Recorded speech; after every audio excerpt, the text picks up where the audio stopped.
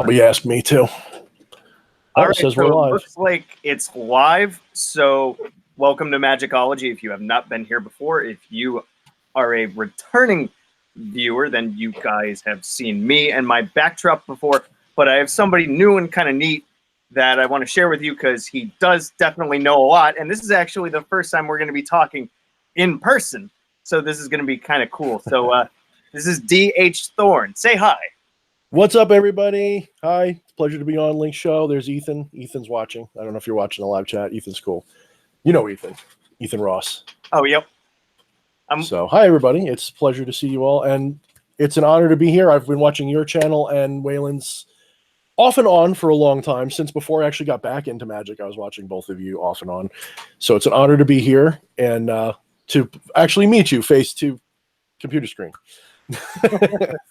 Yeah, you know, like we've talked a lot on, you know, in like the Black Tower and other groups and such, and like you were saying the other day, we do kind of share a lot of the same views on the same things, but you know, just so like, I mean, not to be selfish a little bit or self-interested, but you know, tell me a little bit about your background with Magic. Geez. You know, that's where it gets complicated, only because like a lot of people have like some kind of, I don't want to say classical training because there is no such thing, but a traditional path that they've kind of started on. Like maybe they started on Wicca or they started on this or that. For me, it happened because I was a stupid kid bumbling around in my friend's basement with a copy of the Necronomicon. And we were trying to scare a friend of mine. Now, actually, that's not where it starts. That's where my conscious awareness of it starts. And we were bumbling around trying to scare our friend with, you know, we're going to put on a ritual for him. We're going to try to scare him with it. And so we bastardized it as best we could. And we were going to do, I think, the Calling of the Watcher and all this other stuff.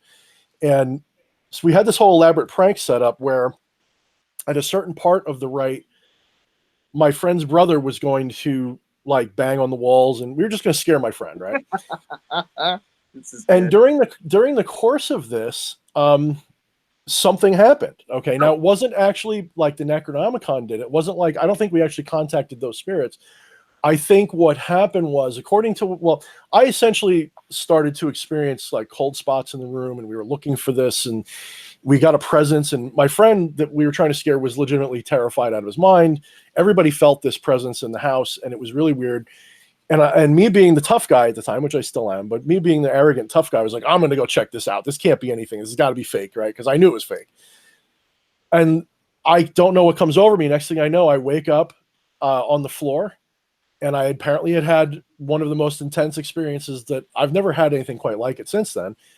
I wake up on the floor, and the next day, my friend's like, I got to bring you home. Something happened. I'll tell you about it the next day. And now this is where it like gets like edgy, like edgelord style. Like this doesn't happen to anybody. You know what I mean? Like people would say, like, if I saw this, I'd be like, yeah, right. And so this is why I tell it with like a joking voice, because no one's going to believe this story except me and the people who were there. Essentially, I invoked or was possessed by another spirit and had this intense, channeling session where I wasn't me. And all this stuff happened, and that sort of started the path, because this was like the craziest thing that ever happened, and it just kept snowballing from there. We had a lot of experiences where we would, I'd be hypnotized, and they would, ask questions, and they would. So basically, I was acting as a medium, right? And so this was a rather dark spirit. Okay, this wasn't very friendly, and it caused a lot of mayhem. It's all in my blog. I kind of allude to some of it. Some of it is I don't want to say it's made up, but some of it I exaggerate or, make a little entertaining, because I can't like name the people that were there, and I can't say all the events that happened. Otherwise things would give things away, but it's pretty much like 90% exactly what happened as best I can. And so over the period of years, just from having these experiences, I had developed a rapport with different spiritual entities. And my friend, another friend of mine that I had, his name, this is where it gets hard, because I have all these people I got to name. His name was Andreas. We would call him that. That was his public magical name. He was the one who knew everything, and he was the one who would study everything. He had every magical book that you could buy in the 90s. Everything. We'd go to the store once a week. He'd buy a new book. He'd master it and do another one, and just keep picking up. And he would always turn to me and ask me what I thought, and because of this connection I had to the spirit. And so over time, we just kind of developed our own methods. And I had begun working with these shadow beings, we'll put it that way. And ended up with, it's hard for me to say because this is all stuff, something I got to keep secret. But a lot of this stuff ended up informing my current state of magic. It was more of a naturalized. I didn't read books. I don't read books. I don't go through books and say, how does this work? I don't use anybody else's system but my own that I developed over the years. And it's been modified many times. It's more of a, we'll say, closer to chaos magic than any other thing, because it's when I read a little bit of Osmond Spare, I was like, oh, that's kind of what I've been doing all this time. So, and I didn't know that, you know what I mean? It was just intuitive, or spirits would say, do this, it'll work. So for example, I had this one friend who, she wanted me to give her like a ritual. So I'm like, go get, seven different flowers of 7 different types, and make 7 different strands into a wreath, something like that. And then make it an offering. And she's like, it worked. I had this experience. So this kind of things, they would just come to me, like it would just be boom, boom. I just know. And over the years, I've just developed an understanding of magic that way. So it's a little convoluted, and that's why, like, I don't try to explain it very often, because if I say this is what happened, people would go like, yeah, right. I'm not going to really give a crap. Whereas if somebody says, oh, I started studying this book and this style and this thing, they've got a path that leads to an end. I don't have that. It's just kind of something I've just been doing all my life. And in the most recent history, in September of 2018, I was watching YouTube, and I was like, I've watched like a little bit of Magickology and the Necronomicon stuff from Whalen, just to see what's, because I had become a skeptic for 20 years. I had completely sworn off magic because I had reached a point where, this is where it gets hard again. I try to explain this to Whalen, and it's I go all over the place. I get like really stymied, because how do you explain going from having a strong connection to magic and then letting go of it? Like, it's kind of like, how would somebody who could use the Force in Star Wars just decide it's not real? Didn't Luke do that for a while? Or I know that was in who was it? Kyle Katarn did that in the later stuff after, like the Jedi Knight series stuff. I think that's what he did. Or was that the Knights of the Old Republic? Well, anyway, yeah, but I mean, so I kind of reached a point where, because of, I was using magic for bad things. I was hurting people. I was manipulating people, and I was reaching a point where I felt like I should be able to do more with it. That was more like movie level stuff, like, how come I can't go like this and lift stuff off the ground? Like, I can get all this other stuff to work the way I want. I can manipulate people. Right. Why can't I get the parlor tricks to work? I could invoke a lot, not superhuman strength, but elevated levels of strength. I could do all these things, but I couldn't do certain things. And not only that, I was kind of heartbroken because people were dying, things were happening, and I had to put it down. It was dangerous. I felt guilty for it. Yeah. And so I guess, through a matter of course, like, I guess when you reach a certain point where you're kind of doubting yourself, that connection starts to fizzle, and you don't get the success that you're used to. And at some point, I just sort of dropped it and stopped doing it, which I became a skeptic at that point. I completely decided that I was suffering mass hallucination when people would see the things I was seeing. I started to believe that, I convinced myself that what I was experiencing wasn't real. And because I was entering a phase of my life where I wanted to be more mature, I was tired of being down and out. I was tired of being, here I had all this spiritual power, but I couldn't hold a job, this kind of stuff. And my priorities were wrong. And I had just met a girl, and I wanted to marry her and stuff like this. And she's on the couch right now.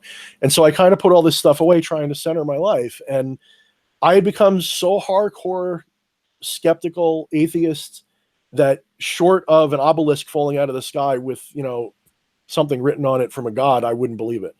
And I had found that I didn't believe anything. And at some point, we'll say 3 or 4 years ago, I had discovered Alan Watts, which you may know, some people may not, and several other philosophers. And so I started to go back into that Jedi Zen interest that I at least had. And I said, this doesn't have to be spiritual or magical. It can just be a philosophy for you.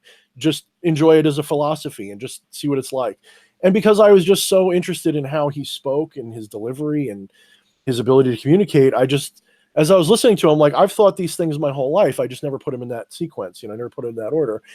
And at some point it was like he gave me permission to accept that I knew what I knew, in a sense. Like, it was kind of like by hearing him and someone else having these thoughts, I realized I must be on the right track. And then it clicked. And I had a moment where I was watering the plants at my job, and it dawned on me I was watering myself, and that those plants were me, and I was those plants. And I had that almost the oceanic feeling that I guess Freud would have called it. I guess you could say, was it Freud or Jung? The oceanic feeling where you feel like you're God for a minute. And yeah, that's more that's more young. And I came back down to earth, and I realized that now I'm at peace, and my life started getting better. I started to accept that things couldn't always be the way I wanted them to be. I just put my nose to the grindstone. I worked. I mean, I still had bad days, but I was at peace. You know what I mean? I had found a certain kind of acceptance.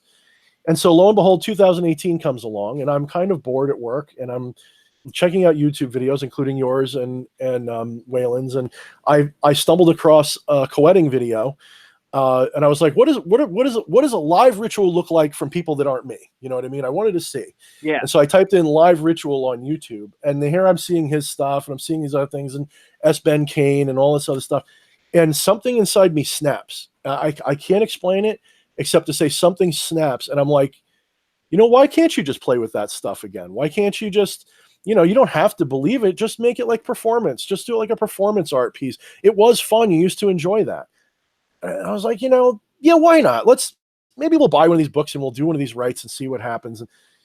Well, as the story goes, it wasn't just a performance. I ended up actually calling spirits. I had the experiences again. My wife will tell you she's never seen me change like this. It was like a 180. So here I am saying, this is not real to, I can't explain it. I was out there. The candles did what they were supposed to. The candles went out. I had the experiences. I had all this stuff, supernatural experiences were happening. Synchronicity was happening. And I had to literally kind of restart my intellect. I had to, because I stopped. I was shook, like I had to stop for a minute and say, well, what if my skepticism was like the right idea, but I went too far in the wrong direction with it? Healthy skepticism's fine. When you see something supernatural happen, you got to question, did that really happen like that? Or was that my imagination? And that's when I started to realize that, magic as such is something that follows rational lines. It generally doesn't perform outrageous miracles. It's generally going to be rational. And then once those kinds of things started to click for me, I was like, I'm going to start blogging this and start talking about my experiences. And then I ran into Waylon for real, on Facebook.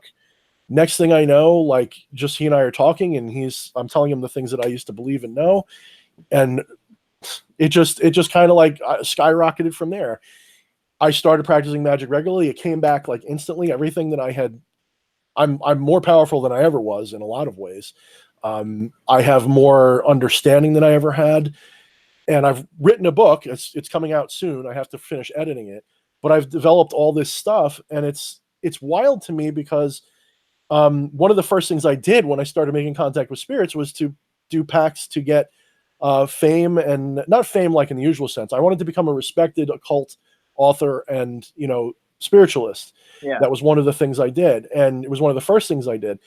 And that it worked because, I mean, here I am, I'm a nobody. Nobody knew who I was, and within 6 months, I'm now working for From the Ashes Publishing and doing stuff like that. So it's kind of wild that it happened this way, but it's a convoluted, like, I couldn't explain it in a single chat. I mean, it's just, like, it's really interesting to hear your story because, like, when I went through, like, you can see all the books behind me and whatnot. Yeah. And I started picking up book after book after book after book and just reading them and practicing everything. But I had experiences and stuff. I don't know if you've seen my experiences with magic videos, because I recently released the second one that goes more in depth into like different stuff that I did, like pretty much a lot of stuff back at the beginning of my magic introduction. And I know it does sound weird to say it that way, doesn't it? Just general, because that's when like it's almost like when you first discover it, it's like an oil well. It's just like springing up, and a lot of times because it's almost like it's so new and raw to you. You can have a lot of really impactful experiences. And well, like what I was going to get to was my biggest thing in skepticism hit me after I was going through all these books and stuff, and I didn't know where to go next, because I felt like, okay, I tried this, I tried that, I tried all this stuff, and I had the Necronomicon, and I bought it, and then I got skeptical about it, and I put it on the shelf for like 2 years. And when I started dating the girl I'm with now, like a month or two into us dating, I mean, she knew I was pagan and all that, but I gave it a shot, and then I was like, hey, do you want to try this? It was one of the 50 names of Marduk. I mean, every single night we were doing a 50 name of Marduk thing. Every single night for like 2 years straight. It was awesome. But just so like that whole skepticism thing can really kind of just halt you. It's good to be rational, and I do agree that magic works according to certain rules. Like, it can do certain things and it can't do other things. Like, I highly doubt, I can't make myself fly as much as I would like to, because gas mileage and gas prices suck. I'm still working on teleporting and being in 2 places at once, but it's not working out quite well. But that's what I made magical mechanics for, is kind of explaining the rules of the road with magic, because there's certain, I don't know if this is your experience too, but in all the different systems that I've done, or maybe even the one that you've created, does it kind of echo a similar formula with, sacred space, invoking deities, declaration of intent, raising energy, all that kind of stuff? Does it have that same kind of order? Sort of.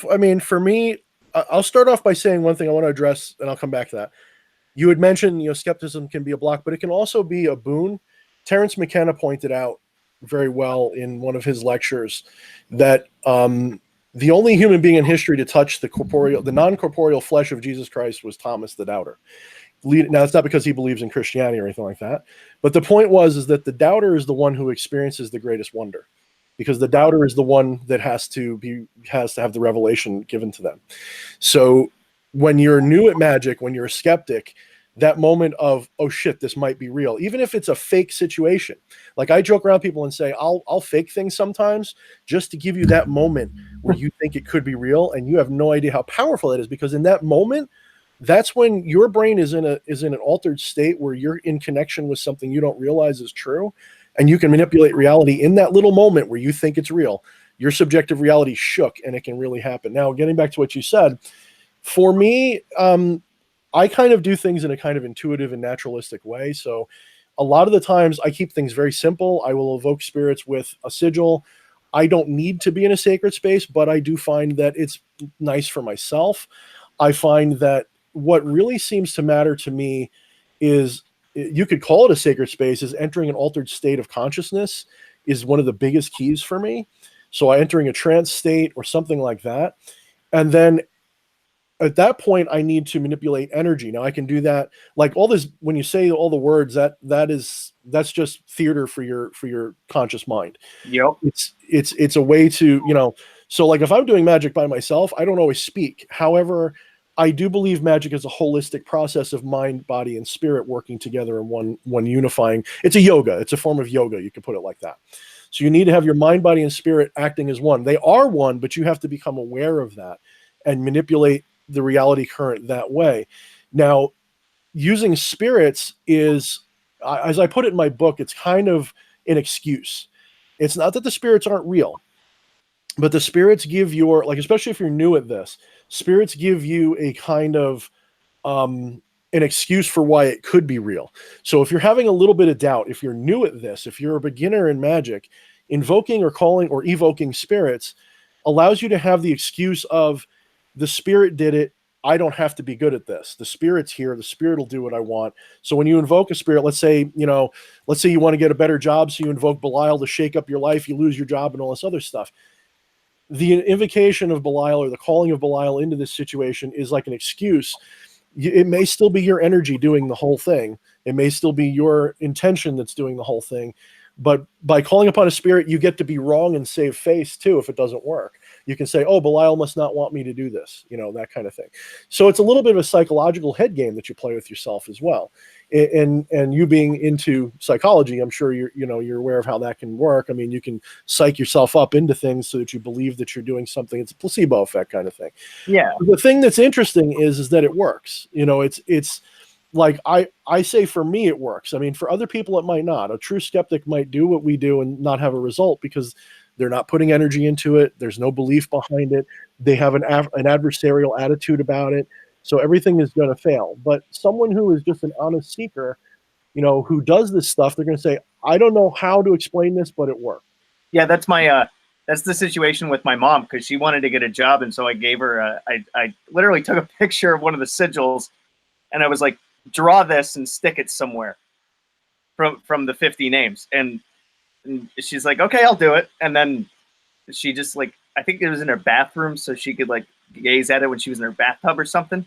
That was like when she was in her most zen, right? Yeah, exactly. So then she got the job and she's like, I don't know what I did, but whatever you had me do, I think that's it. And I mean, that just I do want to also say that, belief can be as much as being a skeptic can like help to shock you into it, kind of. When you're getting going with something, or if you're planning on executing something, if you don't have that belief in it, it's like going on a trip with only half a tank of gas sometimes.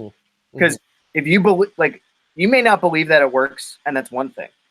But if you don't believe in in the ability for you to get that end result, you're shooting yourself in the foot there. That's true too. Yeah. Yeah. I think what I meant was that I shouldn't, when I said the thing about the doubter, it wasn't that it's going to work better. It just means that your experience is going to be much more intense and harder to disprove at first, Oh yeah. Like the first experience that I had, which was a simple like candle invocation. And I mean, like, there was this bright ass light.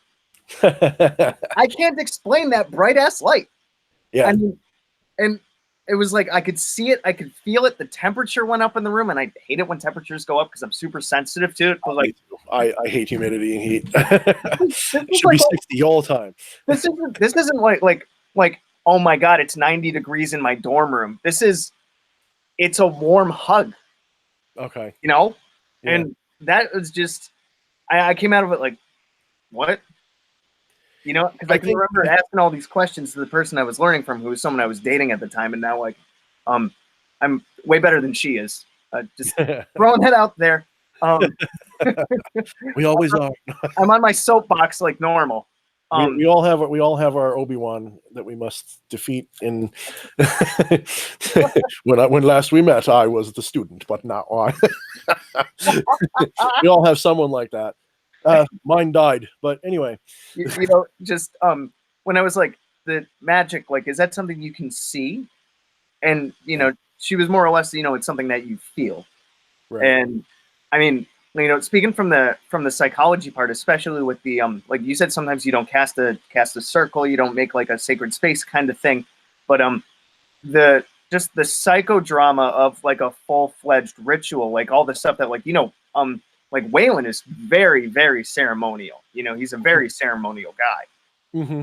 And I mean, even like the gate walking, for example, it's a very, very ceremonial thing.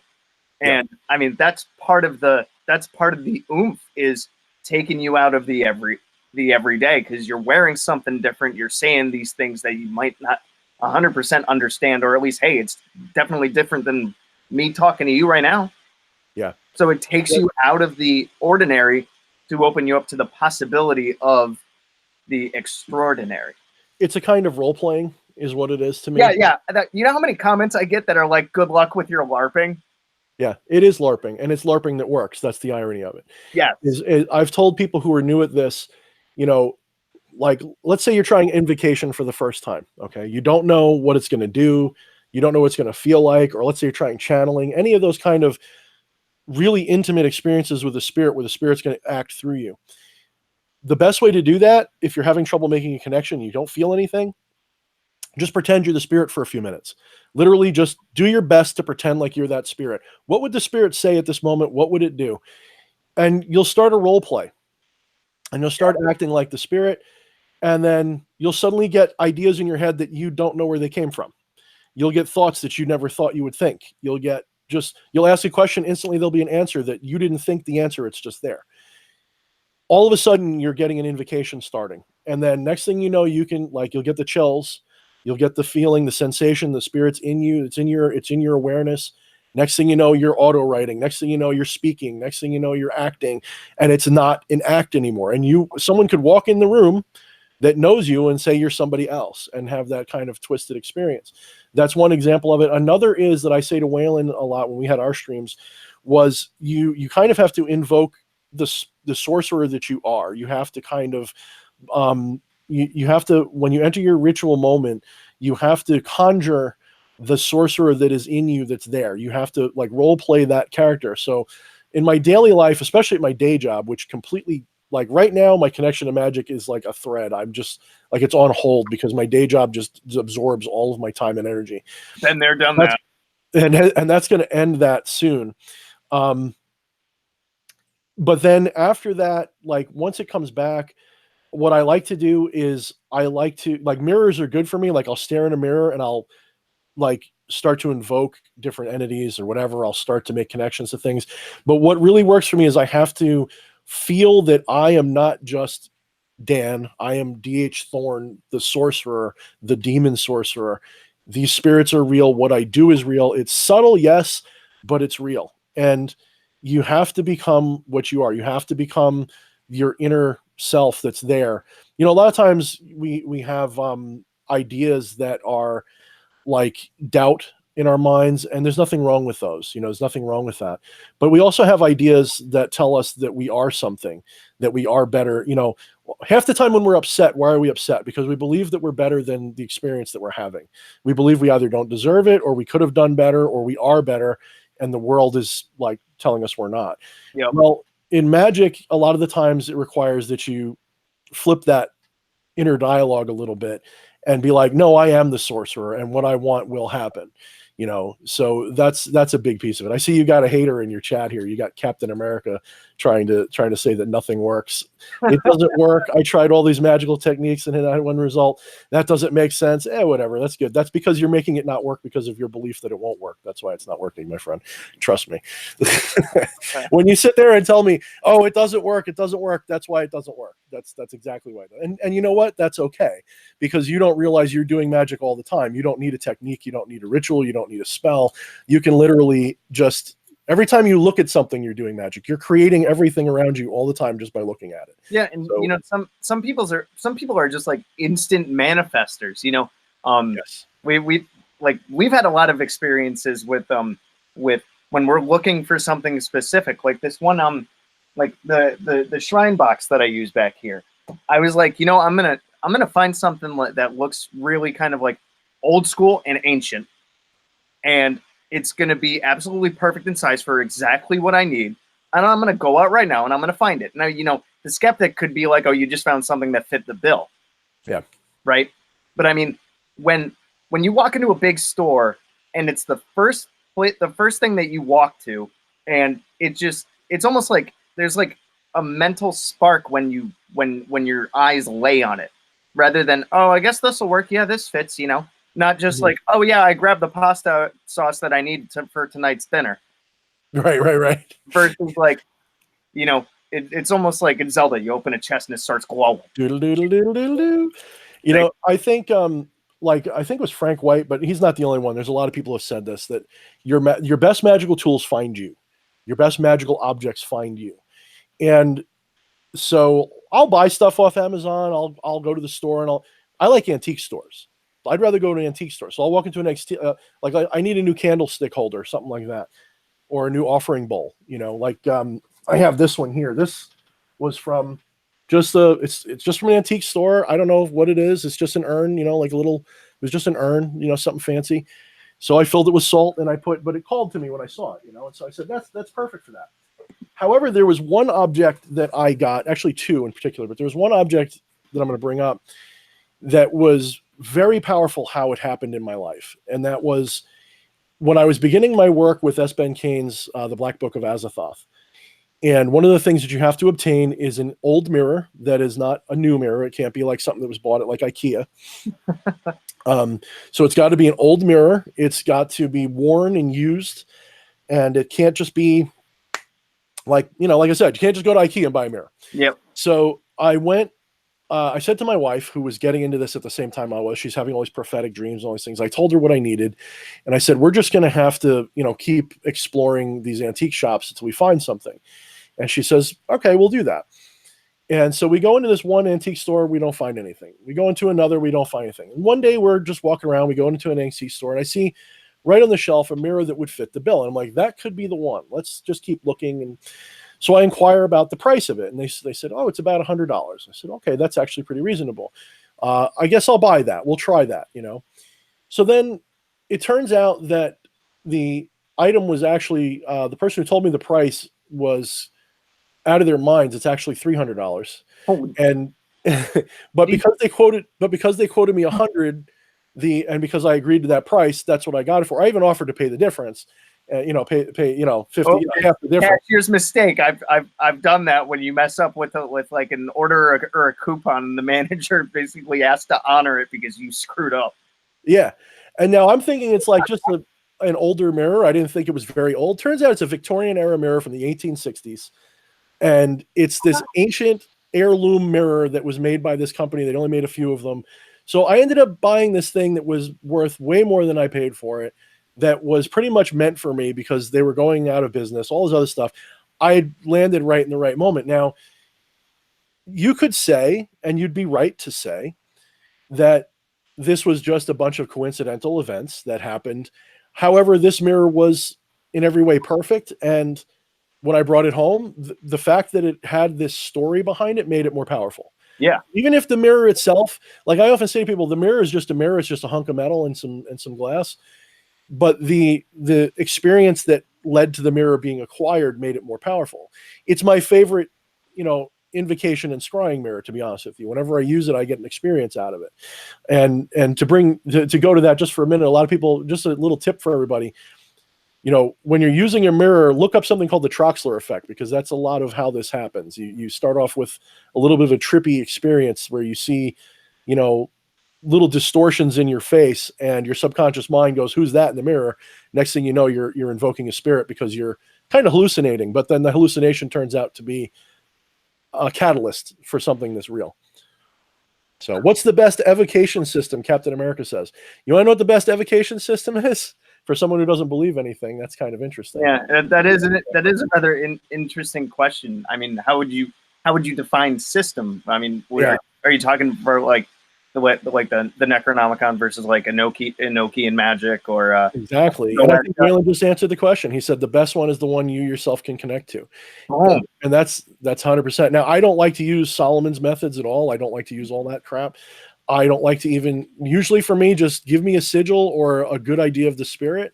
Let me enter a trance and see what I get. And if I get something, I get something. If I don't, I don't. I usually do. Sometimes I don't. And then I just put it on the shelf for another day. But you can do a whole elaborate ritual with a altar and all this other stuff. Or you can just call the spirit. What do you think Christians do all day long with their prayers? Yeah, even though Christians way back in the day did use like sigils and they sure did. Such things. They prayed to individual angels, and they were complete hypocrites and stuff. But I mean, that's also part of the reason why, like, you can have. The Book of Calling in the Necronomicon has a big ritual to it, or you can do the Necronomicon spellbook one, where it's just as I said in my getting started with the Necronomicon, 2 candles. Mm-hmm. That's it. And I mean, it is. I like clouds. I like outside. But what goes on the inside is, I would argue, more important. That's all that matters, really, because I think evocation is like, okay, let's start with our definitions. Evocation is calling a spirit to physical or some other experiential manifestation in a way that is, when I say tangible, I don't mean you can necessarily touch it, but tangible in the sense that you can feel it in the environment. It's here in the room with you. Invocation is when it's not, it's like the next step. You have invocation. You're calling the spirit into you to the point where you are able to commune with the spirit on a one-on-one personal level in your own mind. It's there with you. I find that easier, believe it or not. Then you have channeling, which is maybe even one little step further, where now the spirit is, like not controlling you in possession sense, but guiding you in the point where it comes through you, right out of you. The spirit is now coming through and out of you. Then you have full-on possession, where at this point, your consciousness is taking a backseat. And by the way, it's never forced. A lot of people think that spirits can take you over forcefully. Yeah. It's always something you allow to happen. So when these spirits are working with you in evocation, you expect things like poltergeist activity. When you're doing invocation, you may get both. Now, I've had poltergeist activity plenty of times. In fact, one of my favorite ones was the first time I called upon Vine. Like, he's supposed to roar when he arrives, all this stuff. So my first time I call on Vine, like, I'm sitting here in silence. I'm like, give me a strong audible sign if you're here, spirit. And I'm waiting for something, like either in my own mind, like hearing like horns or something in the room, or a knock on the wall. Lo and behold, all the dishes in the drying rack of my sink collapse at the exact moment. I'm like, holy. I mean, so coincidence to a skeptic? Yes, that would be coincidence, but that's a synchronistic coincidence. Why did it have to happen within 5 seconds of me saying, give me a strong sign? All day, the dishes have been sitting in the rack. That moment was when it happened. It just happened to choose that moment, that exact moment to give way. I mean, that's why I say, magic or coincidence. I think I said in one of my vids. I'm trying to think if there was there was this one summer when I was doing a lot of magic stuff. I wasn't into the Necronomicon yet, but I was doing probably like when you're practicing like circle casting like all the time, and trying like wards and things, basically a whole truckload of energy work. And that's when I heard this loud bang in between my two bedrooms, like my dryer had fallen over. And that's as loud that I can't describe how loud it was, because it's like something like an appliance crashing to the floor. And then even I'm on my back porch at night having a smoke years ago, and I have these small, like really light plastic tables, and like the really flimsy kind. You could bend the leg if you wanted to. And they shifted. They would just all of a sudden move. Yeah. Yeah. And I'm not leaning on them. I know for a fact I'm the only one on the porch, because squirrels ain't going to go up there when I'm up there. I didn't have a cat at the time. What moved it? And even if it was, like, here's the thing that I always tell people. Don't expect it to be unexplainable, because spirits will use rational means to do irrational things. So I have a couple of analogies for this. I'll give you the shortest one.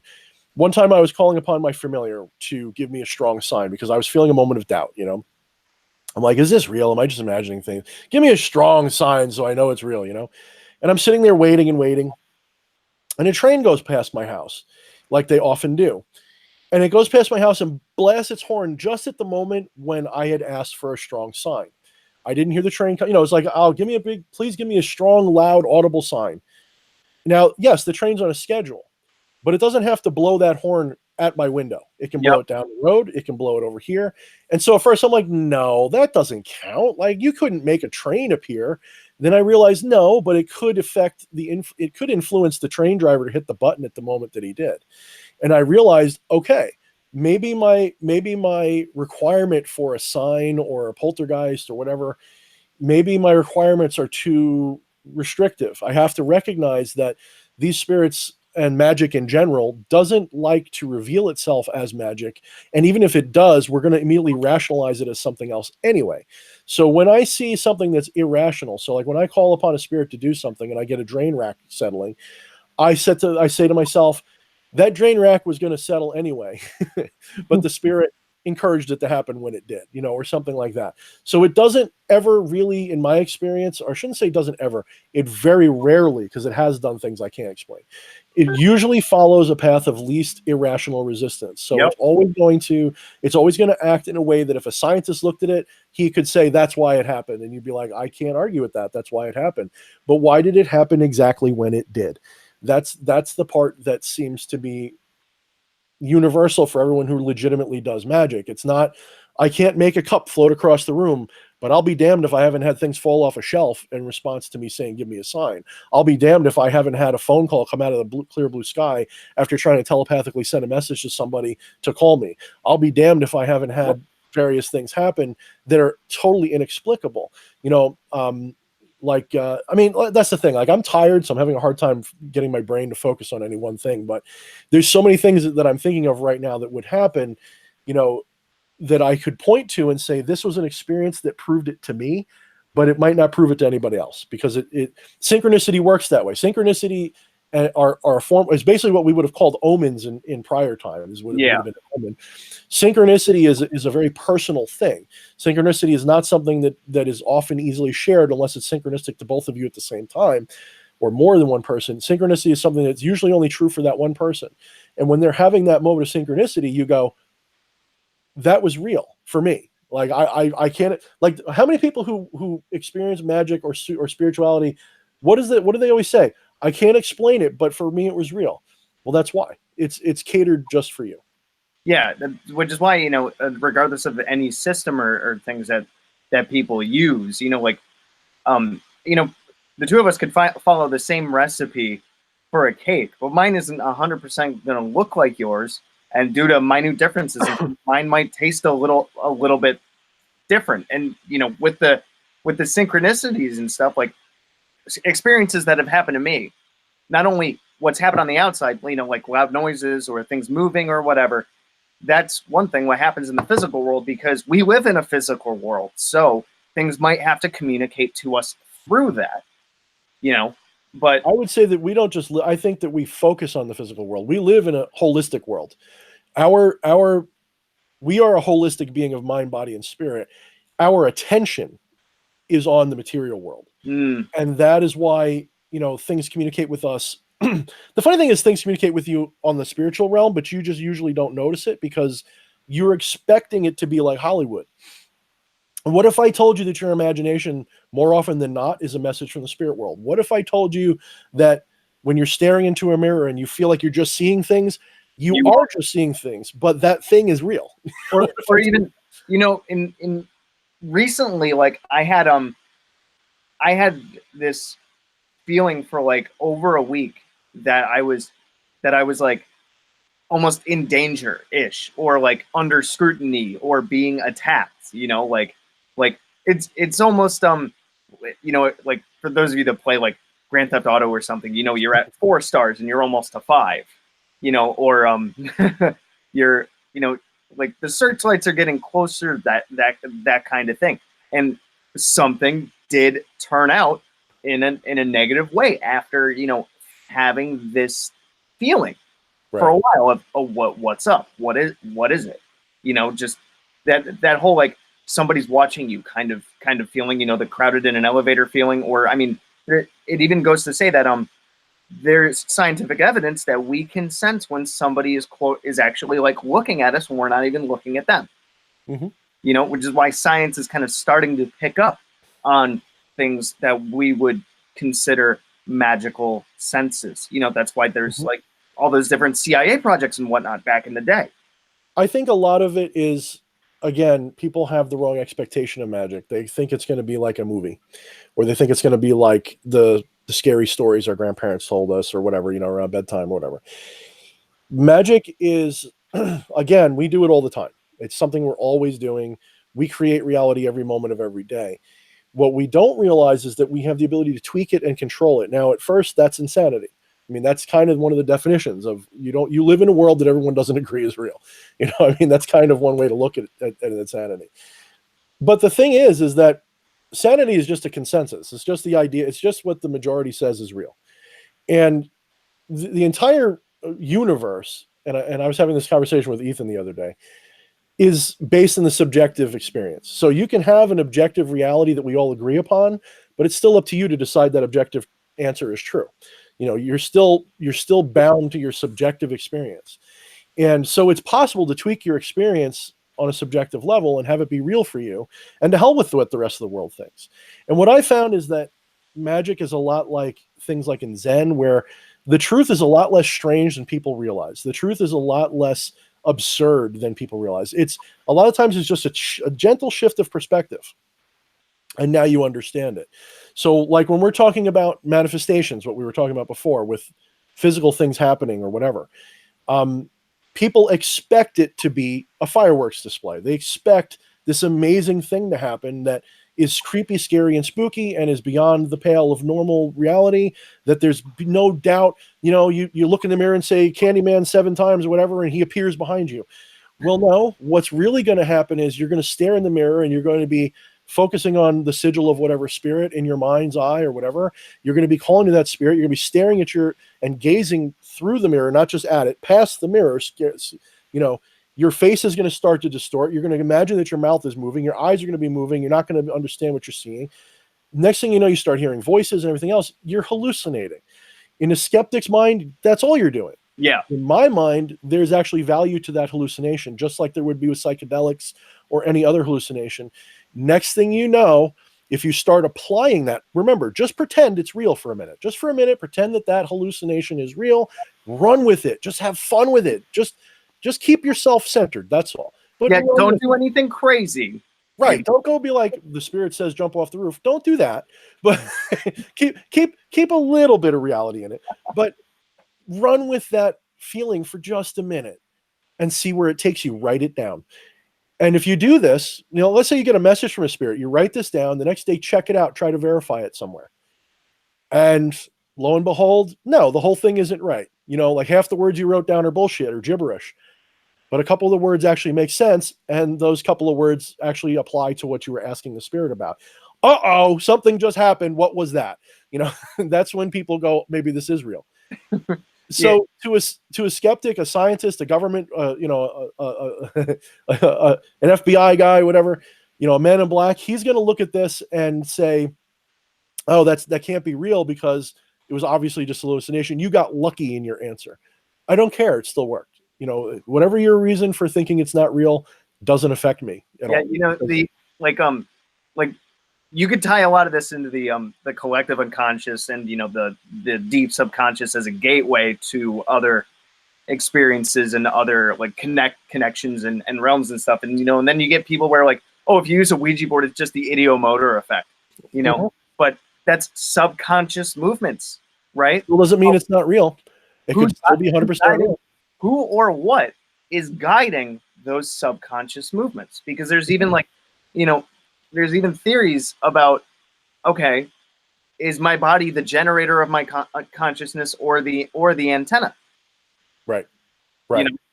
Exactly. And I've had that conversation with Waylon. One of the ones that I like is bioluminescent, biophotonic consciousness, which is the idea that your consciousness isn't actually the meat, nor is it the electricity. It's actually light waves in your brain communicating with the cells. Basically, the light so your brain is actually an antenna picking up consciousness and acting it out for the consciousness. It's an avatar, essentially. It's a robot.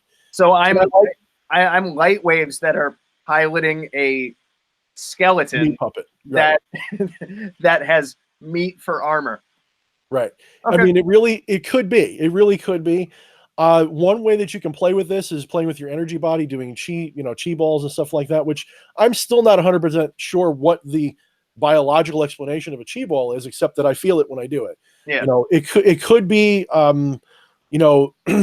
something to do with the muscles when you're doing these movements. There's a tension that I'm not aware that I'm creating, and I feel a pressure, but I'm still feeling a pressure, and it still seems to have an influence on my magic. I can use it to push energy into objects, and then if I charge that energy with an intention, charge it into a candle, burn that candle, something will happen.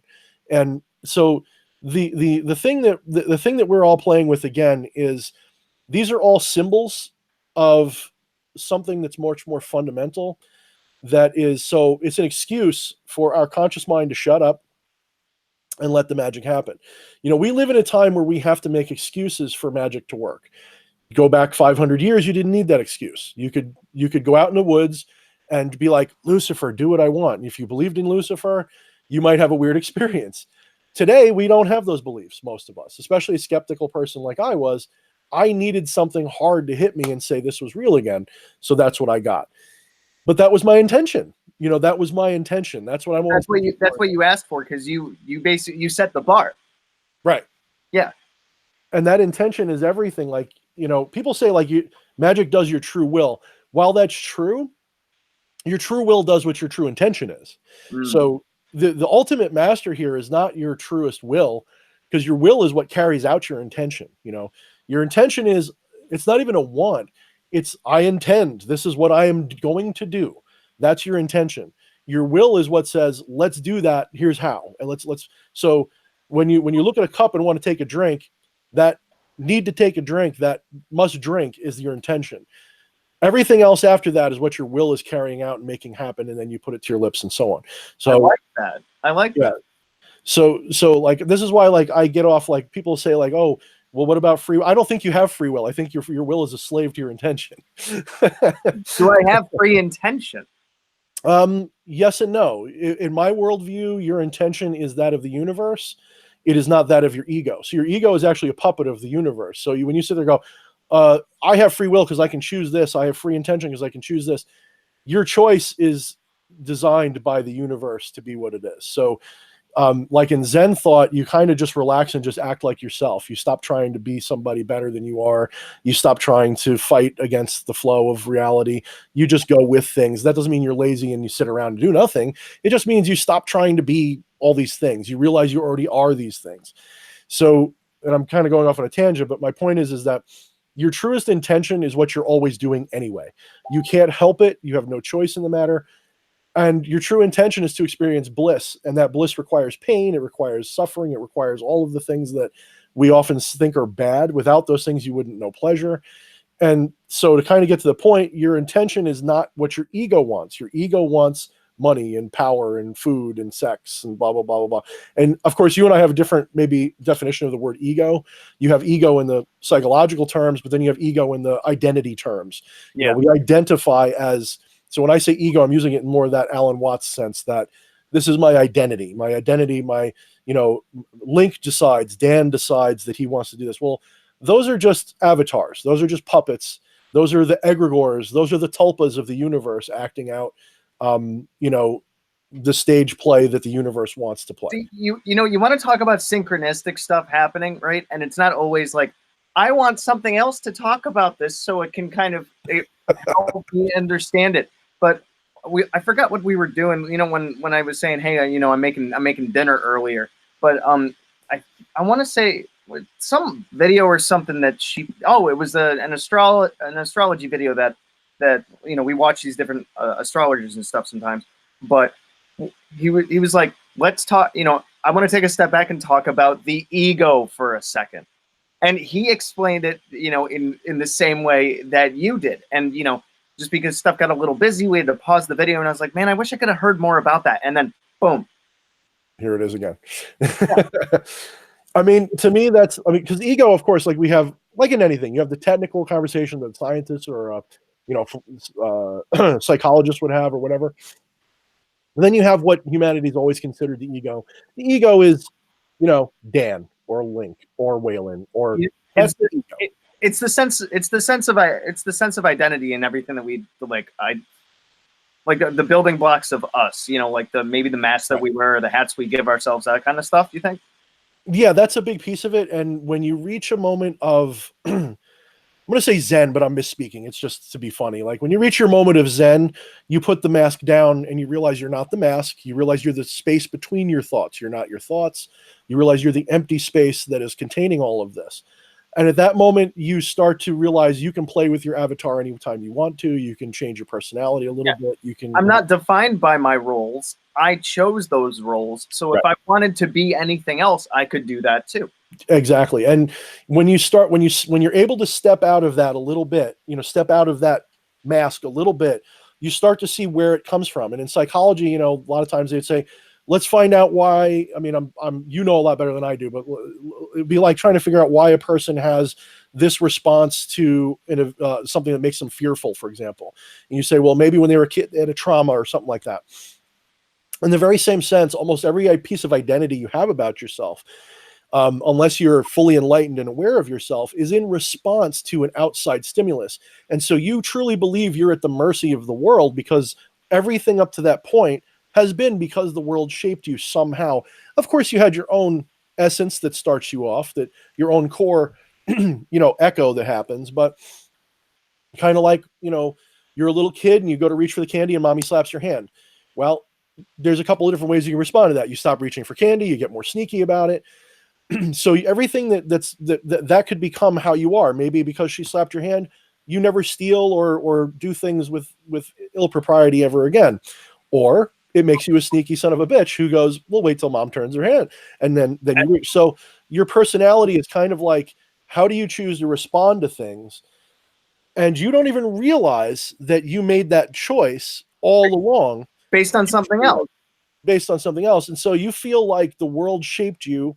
You don't recognize that you made the choice. So like when someone says, like when they say, I didn't have a choice, I had to do this. I say, you always have a choice. You always have a choice. You can choose not to do it. You just chose. Admit that you chose and own your mistakes and successes.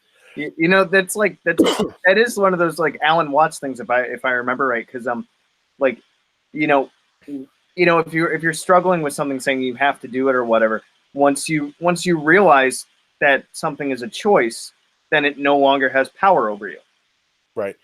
And I mean, that is one of the things about Magic is like the self mastery of the self and self-stalking and understanding where your energy goes and things. So like the understanding that everything, like, I believe in the whole, I create my own universe kind of thing. So everything that happens to me is because of my input. Right. You can say that, but that's still kind of putting yourself a few steps. That's still putting yourself in an ego perspective.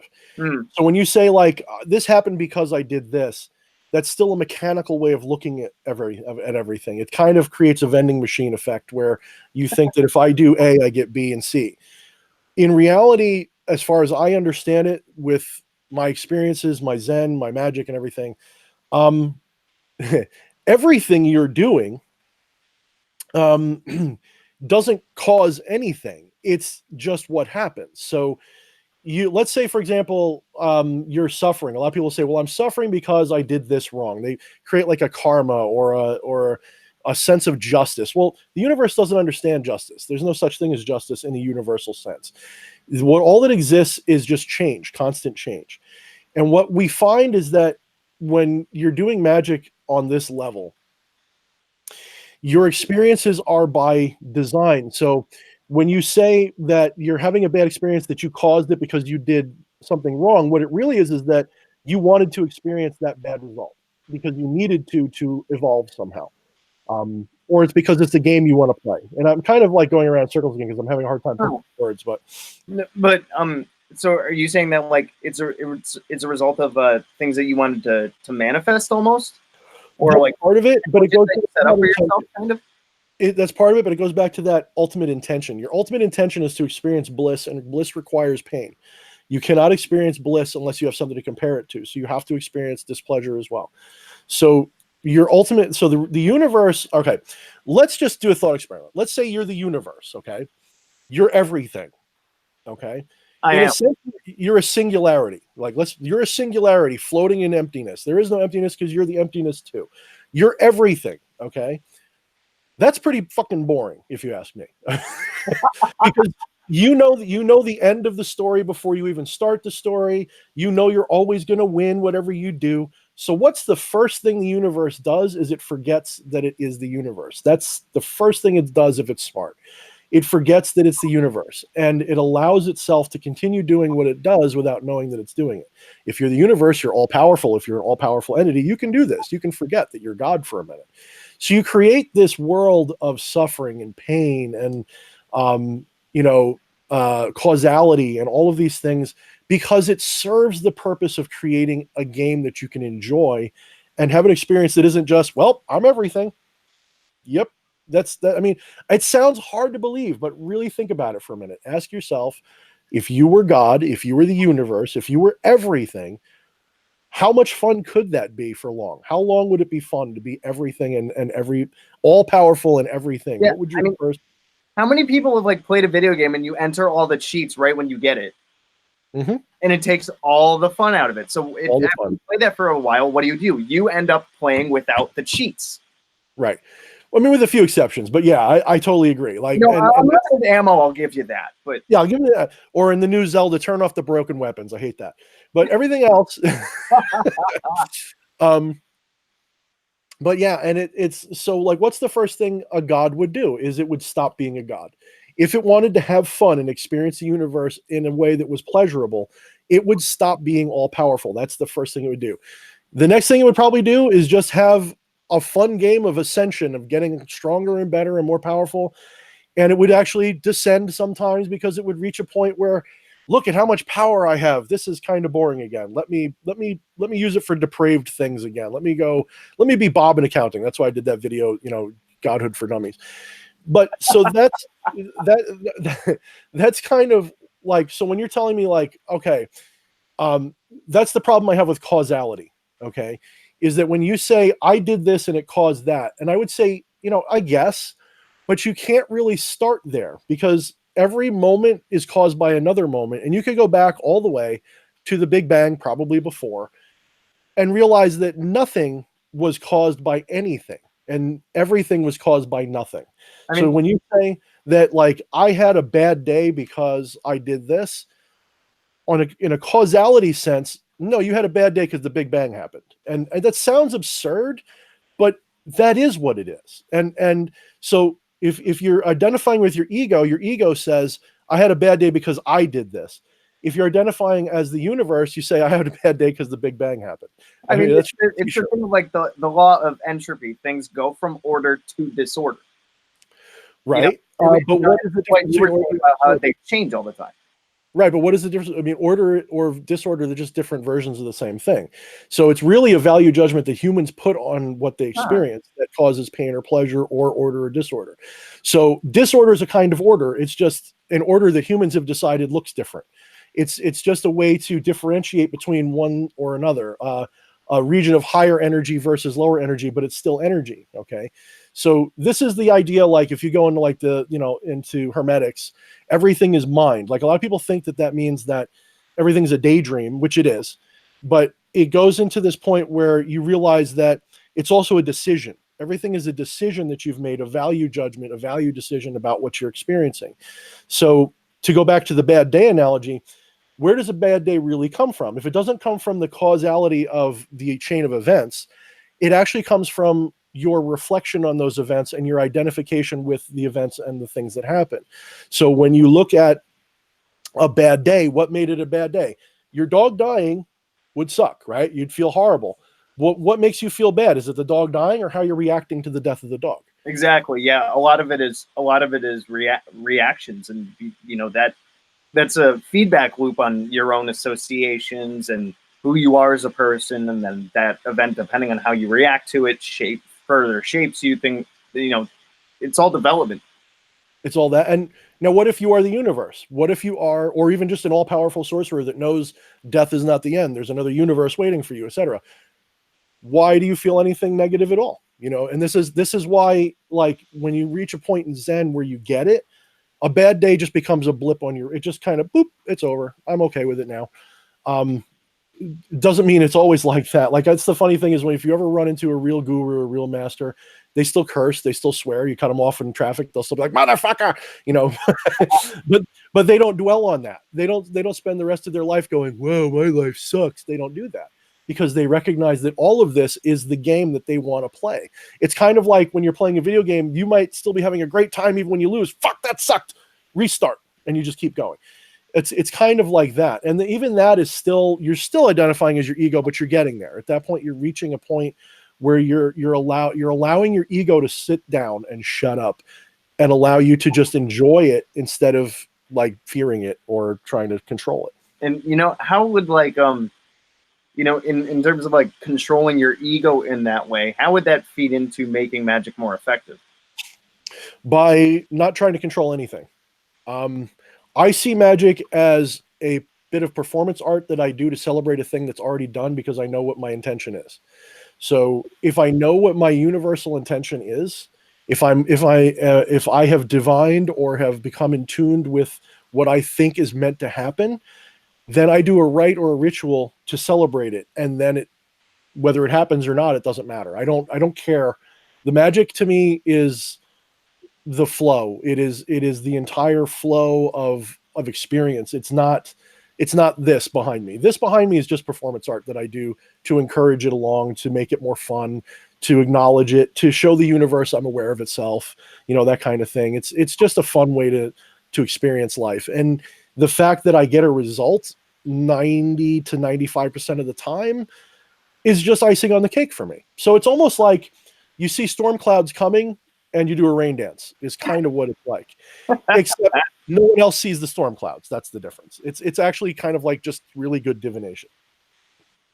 That is fascinating. I mean, I love your take on all this because, well, everyone has a mechanical idea of magic. Everyone has a mechanical idea. If I do this, this, and this, like a vending machine, my result will pop out. Fuck that. I don't think that works. I really don't. I think that the reason why you think it works like that is because you've already decided that when you do this, this, and this, something's going to pop out.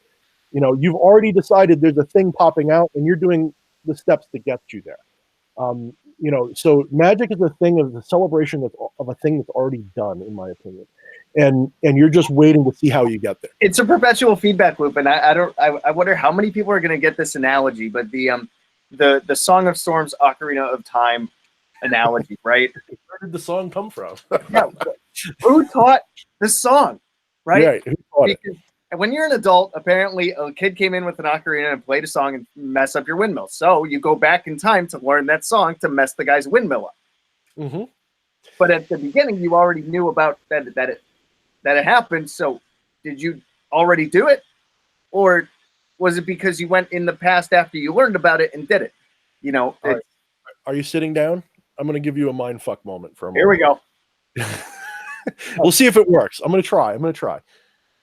What if, and this is a Zen thing again. What if now is all that really exists and everything else is an illusion? So what if your past never happened? What if your future never happens? Right now is all that is. Now I'm going to give you some evidence to support and deny it a little bit. You right now are experiencing a moment of time that actually is in the past. So in other words, by the time you hear my voice and process it and experience it, it already happened. Okay. So you are existing in a dream world already. Your entire experience is a dream right now. All of it, every piece of it. There's not a single part of it. You're a brain in a jar that is experiencing a dream that thinks it's a body and thinks it's a reality. And this is where the Matrix fantasy comes from, by the way. Yep. You're equivalent of a brain in a jar that is experiencing a dream, and all the evidence that it has that this dream is real comes from the dream itself. So it can't disprove the dream, and it can't prove the dream. It's just got to trust it and just enjoy itself as a dream, right? So what happens if that applies to time as well? What if time is actually just an ever-present now moment that is constantly changing, but it's not changing in any direction forward or back. It's just constantly changing.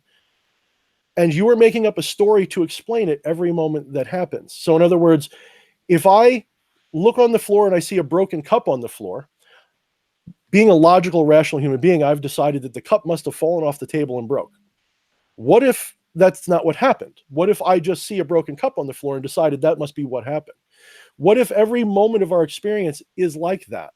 And we are literally living in a moment that is constantly changing, but we can't control where it's going or where it's been. It's whatever we want it to be. Now that flies in the face of your experience, doesn't it? Because you're sitting here looking, well, I know I turned my computer on and I'm talking to DH Thorne because I turned my computer on, right? Prove it. Prove that you did that. You can with my memories. Right. You can only prove it with your memories of your experience. And I'm not saying it didn't happen. I'm saying time doesn't exist in this linear sense. Time is always now. So that means the past, the present, and the future is always now. When it happens, it's now. It's not before, it's now. So that means when Link discovered the Song of Storms, when he went to the place and so on, it was always now when it happened. So it was always existing. It was always there waiting to be found. It was always there waiting to happen.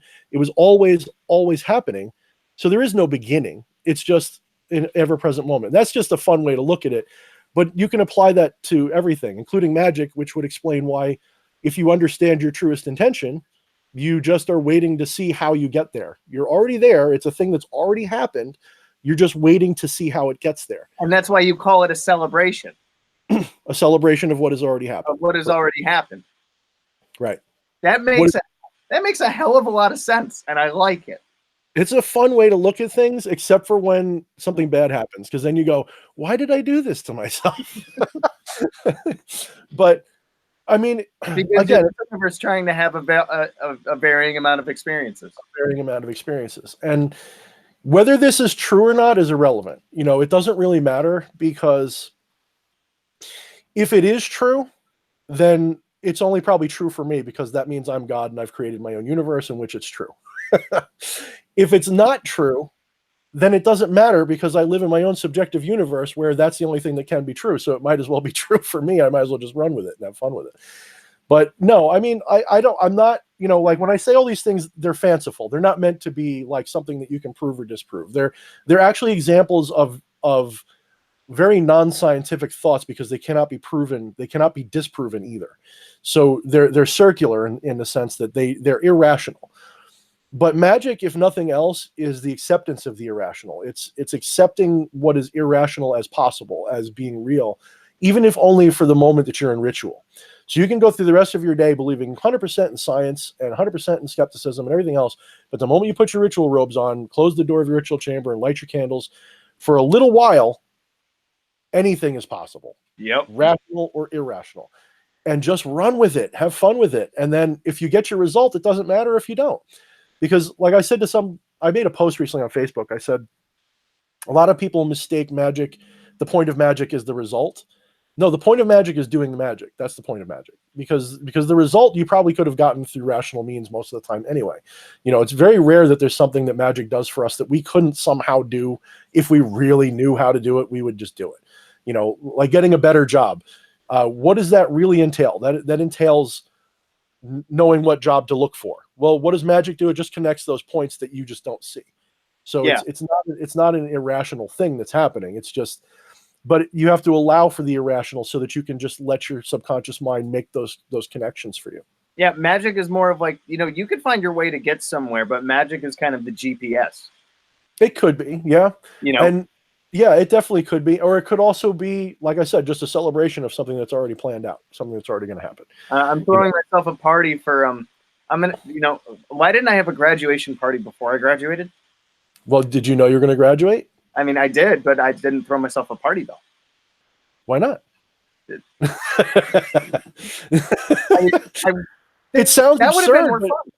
It sounds absurd, but really ask yourself: was there ever any doubt you were going to graduate? If not, why didn't you? Yeah, that's the essence of doing ritual magic to me. Is, you know, like when I did my pact to the spirits to say I want to be a well-known occult author and blah blah blah blah blah blah blah. Do you know why I did that? And I didn't even know that's why I did it. Because I saw a future. I saw a possible future out there where what would happen if I suddenly had confidence in myself and believed that I could do what I can do? What would happen if I just went with it and didn't care what people thought? What if? And I played with that thought for a moment, and I really felt it for a minute. And I was like, that kind of feels like it did when I was a teenager and I was manipulating people and getting shadows to appear and all this other stuff. Yeah, that feels like real magic again. And then it dawned on me, I'm like, this is what's going to happen. This is going to happen. You're going to be a respected author. You're going to be a respected occultist, at least in social media, if not in the rest of the world. You know, maybe you'll be one of the biggest. Maybe you'll be up there with Quetting, or maybe you'll be one of these other guys. I don't know exactly how far it goes. I just know that it goes far enough where I'm going to be really happy and satisfied with where it's my career. It's my path. I know it like you knew you were going to graduate. And so then when I did the rites that I did, it was actually several I did to several different spirits, asking them to join me so that they would be willing to be in my book and so forth and so on, give me the tools, make me popular enough, let me get a following, show me how to talk to people. And these are all skills I already had, but they let me feel them and do them. You know, everything that happened to me up to this point in my life led to this. My failures in normal mundane work meant that I'm fed up with the normal system and I want to escape it by doing magic as a career. My interest in writing and drawing means that I'm great for writing my own books and illustrating them. My interest in magic as a kid and spirituality, this all leads up to the same conclusion. So like graduating college, I know it's coming. So I did a ritual to celebrate what I believed was coming. And the spirits seemed to be impressed. At least they were up until I started working my spring season, which completely knocked me out of the loop. Actually, I had my first, not my first, but one of my first kind of failings in a paid ritual. I had just tried to do a ritual for someone that was paying me for it. And Azazel, which to me is like a finicky spirit when it comes to, he doesn't like to be a show off. He doesn't like to do parlor tricks. Didn't like being used in a ritual in this case. He wants me to give that ritual to the world or sell it that way, but not, he doesn't want me to perform it for people, if that makes sense. So I'm actually taking it off my list of rights that I do for hire because. And then you're going to share it in a book then? It's going to be in the book. Yeah.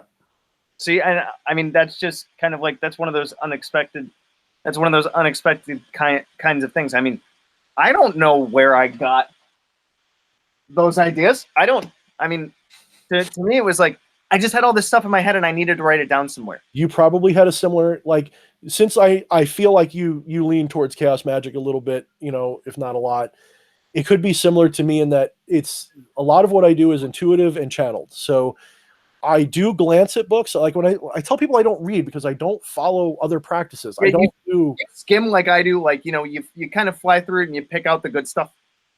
I get inspired, right? I get inspired by things like I'll buy Quetting's books. I'll be like, that's cool. No, yeah, no, yeah, no. And I don't sit there and go, let me see, let me try, let me do. No. I don't memorize this crap. You know, like that's why certain things like Enochian magic is just not for me because I'm not about to go try to learn every, you know, all the words and everything. I'm not going to do that. I'm going to high five you through the screen in a second because I completely agree with you on that. Maybe I'm lazy. Maybe I'm just lazy, but I don't want to be the scholar of magic. Not that I mind doing that, but I want it to come from within. The true meaning of a sorcerer, you know, like in the D&D sense is you're not a book trained wizard. You're a sorcerer where you're invoking your own power and, you know, drawing your own power forth. That's what I'm into. And so it's kind of funny because like my book, when people are going to read this, there's going to be, I'm going to say a healthy, I don't want to say a majority, but a very healthy amount of it is just going to be kind of my own perspective on things that people already know. So there's going to be a little bit about candle magic, a little bit about the Goetia. There's going to be a little bit about all those things. What I'm hoping is that my perspective of non-dualism and monism and stuff like that shines through and gives people a slightly more, we'll say, structured version of chaos magic so that there is a starting and an ending point, you know, a way to learn how to do these things, I hope. And unfortunately, I couldn't write a book where I give an example of everything. Like I can't do, you know, it would be this thick, you know, it would be this. So I have to kind of skim a little bit and give people the like Reader's Digest version or the Reader's Digest version. Or so like my section on tarot is like 3 or 4 pages long, but I try to cover what I think is important about tarot. My section on crystal magic is similar. It's just a few pages. I'm not a master of crystals. That would be Sutek, you know, who's part of our dark sorcery group. You know, he's freaking incredible when it comes to stones. You know, but so I'm hoping like some people are saying, oh, you know, Thorne's book is going to replace like Connolly's book, or it's not meant to do that. It's meant to be just another new perspective on magic that hopefully will help people that are sick of it's either going to be really classical or really chaos. It's sort of meant to be, and it's also meant to have a little bit of a monist perspective from it instead of a theistic perspective or a skeptic's perspective. It's meant to be, I don't know how to say it, like I guess agnostic, I guess. Well, I mean, you know, like I used to be super focused on the Simon Necronomicon, right? Like first I was very like Wicca-ish, you know, and then I was exploring a bunch of different things, you know, and then I was like my only focus was the Simon Necronomicon for years, you know, like from like 2012 until maybe 2016-ish, maybe a little after that. I was 100% Necronomicon focused. And then I started to branch out a little bit. And I mean, you know, honestly, I've never had that deep of an experience other than the Necronomicon stuff with other like deities or entities. Nothing huge, nothing that sticks. You know, like acquaintances more than like lifelong friends, if that makes any sense. Mm-hmm. And so like my focus a lot in my books and stuff, and particularly like Handy Sigil Magic and Magical Movement, is you know, that energy that's from inside of you. You know, like if you didn't need the tools, and if you didn't have the tools, or you didn't want to use the tools and you want to find a different way to do it, or, you know, we have the capacity in us to change stuff. We don't always have to nag the incorporeal entities to help us out all the time. You know, we don't always have to have like a god and goddess candle. You know, we can we don't have to bother them all the time. We have that energy within us. And I mean, I think I do step in a bit into the chaos stuff, because I'll mishmash crap and I'll do whatever works. And I mean, my Handy Sigil and the movement magic thing, that's a buffet that's stuck in a blender, and something really tasty came out of it. And that's something good taste.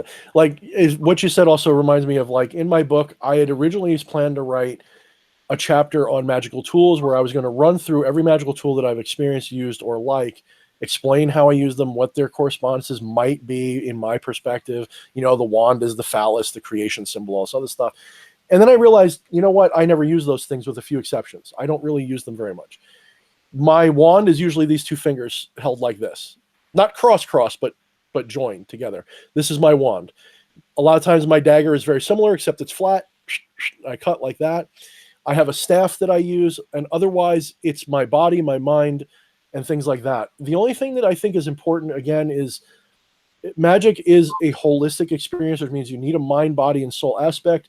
Body does include outside your body. It does include objects and materials. But I find that for me, a lot of the times, all it really requires is doing something that causes a physical change in the world to create a catalyst or a portal or a conduit through which the astral flows. So to put it in another way, let's say I want to do a spell for $1 million, okay? Instead of just doing a spell for $1 million, what I'm visualizing on one hand is this idea that somewhere in the universe, or the megaverse, or the multiverse, is an outcome where I get $1 million, and also this particular candle that I have in my hand is there too, or one just like it, okay? So somewhere in the multiverse, I've got $1 million, or I'm going to get $1 million, and this candle is also there. So I reach out with my mind, with my spirit, and I try to find that example, and I visualize it, and I draw that candle in, and I replace that, the one in my hand, I replace that with the spiritual whatever candle from that universe. Then I burn that candle down. The burning of that candle releases the energy in the form of gas and light and heat and smoke into this world in the same way it would have in the other world, creating like a ripple effect that causes the event that I want to happen. That's if it's a mechanical manifestation and it's not just a celebration of what has already happened. But that's another way to look at things. So what I mean is that a ritual tool, a physical tool, so that's why I like to use candles. That's why I like to use incense, a lot of incense, because I feel like incense and candles create such a great conduit between our intention and the rest of the world, because when you burn it, you're releasing this into the larger world instead of still being concentrated in this little space. So it gets to go out there and create a butterfly effect that gets me what I want. Now, is that exactly what really happens? I don't know. I don't think it is, but it allows my mind, it gives my mind an excuse. And that's how I write it in the book. It gives you an excuse to just let things happen. So again, I often ask people, how do you know that your magic caused it to happen? Or is it just a coincidence that your magic happened at the same time that your result happened? Which came first? Which is the result? Some people might say that you're doing magic because you know it's going to happen. And so you're doing this magic to give yourself an excuse as to why it happened. That goes back to what we were saying before. Yep. My throat is dry. Well, I mean, you know, to go off of what you were saying there, the funny idea is like, does it matter whether or not it's like an excuse as to why it happened, or did it cause it to happen? The thing is, you know, whether you did it as a celebration or to cause that effect doesn't exactly matter. The point is, if that's the way that you work with it to set an intention to have something happen, or if that's just what you feel like doing, and then that result happens, it doesn't matter chicken or egg, kind of. The point is, you got what you were hoping to get. And if you want to play with it in a very pseudoscientific way, you could also look at it kind of like entangled particles, where maybe things can be entangled, events can be entangled in time as well. So, for example, going back to the whole, like we keep bringing up, did I do the spell and then the thing happened, or did the thing happen and that's why I did the spell? What if they're synchronistic in the sense that they're both connected by a tether through time? As I'm doing what I'm doing right now, it's causing the effect, and it's mutual. It's the same time. There's a feedback going on. In other words, a lot of my magic is intuitive. I don't plan them out a lot. I'll be like, I feel like I need a candle for this correspondence. I feel like I need this incense. I feel like I need this tool. I feel like I should do it on this day and this, that, and the other thing. And then I do it. Now, how much of that was because that's what works, or because it's just resonating with the event that's already going to happen? You know, am I being informed by the future or by the present? Going back to my other analogy, you know, which is it? And I think a lot of people who do intuitive magic, like I do, who don't follow a formula for everything. Like, I find that the more I follow a ritualized formula, the less success I have. The more I just kind of sit down with an intention and just do what I feel like is right, the more I have success. Yeah, because that's definitely my style nowadays. Is okay, I want to do something, and then just I get the ideas. You know, they just they just flow to me. Okay, let's grab this. Let's do this. Let's do this. Let's do this. Do you ever get the question a lot by people who say, if you can do all this, why aren't you a millionaire? I think I have once or twice, you know, and I mean, like, you know, there's a couple of things that I state in terms of that. Is like, you know, one, maybe there's a different path that's out for me that's predetermined by a power or some kind of mechanic of the universe that I don't understand. Or two, I mean, I've never actually done that kind of thing for the why not? for like that amount of money. But I'll tell you right now, I did a ceremonial magic thing where I was like, okay, I want to save up a little bit of money, and you know, like I'm a very budgeted person, extremely budgeted. So when, like, you know, because I pay for what I have around me, and I don't get any sprinkles, you know, I don't get any extras. So if I'm going to save up for something, it takes a really long time to do that, you know, and within a month of doing the ceremonial magic box, where I actually stuck a bunch of sigils in a wallet, and I even wrote a check to myself, and I left it blank, you know, and I consecrated the whole thing, and I was on Wednesdays, I was doing something with the box every Wednesday for a month. I got my hands on around $400 of expendable income in a month. And yeah, you're like, yay, I got it. I got myself a nice 8-round 22 revolver. Ooh, okay, nice. Yeah, I don't have my Kekistani flag visible because I'm trying to be professional, but you know, I do enjoy my firearms. I do show them off occasionally in my streams. So, but you know, I think, like, for me, my answer to that again goes back to the intention question, and that is, what is your real intention when you're doing a spell for $1 million? Like, let's really pare it down for a moment, just as an exercise. Why would you do a spell for $1 million? What is your real ulterior reason for doing that? You know, like, I mean, if I was to, you know, I would start with that $1 million, and then I would, you know, I go with like the Socratic method. Like, okay, why do I think I need $1 million? Oh, maybe it's because I just want to make sure that I'm financially secure. Okay, well, what, you know, if all I'm talking about is financially secure, then I don't really need $1 million to maintain what I already have. Okay, well, then how much do you need? And then it just keeps kind of going down and down and down. And that's exactly right. It's that's perfect. Yep. You know, when you take it's like the the practical sigil magic by Frater UD, right? You take that intentional phrase, and then when you eliminate the repeating letters and it boils itself down, you know, because the more specific that you make your intention, you write a check the universe can cash. And the magic finds the shortest way from point A to point B. It's like lightning finding the easiest way to go from cloud to ground. Or, Yep. to discharge, because it goes backwards. Right, it goes from ground to cloud, but yeah, that's okay. But I get what you're saying, and so that's actually what my point was going to be, is that the people who are asking that question have a different, I guess, perspective on what's important, what matters to them, and it's more of a talent too, because they want to see like what you can, because they think that magic is like you can cut a woman in half. Right. They think it's the Hollywood level of magic. Magic is more spiritual. Like I just shot a video today that I'm just going to delete because I was kind of shot when I made it. It was a question of mysticism versus magic versus superstition, and how they inform each other, and which one is first, which is the chicken, which is the egg, that kind of thing. What we just did is we kind of started with a question, which was a superstitious question. Why can't you be a millionaire? Then we went and we broke it down in a magical sense and tried to figure out what our true intention was. Then when we realized what our true intention is, that's the mysticism.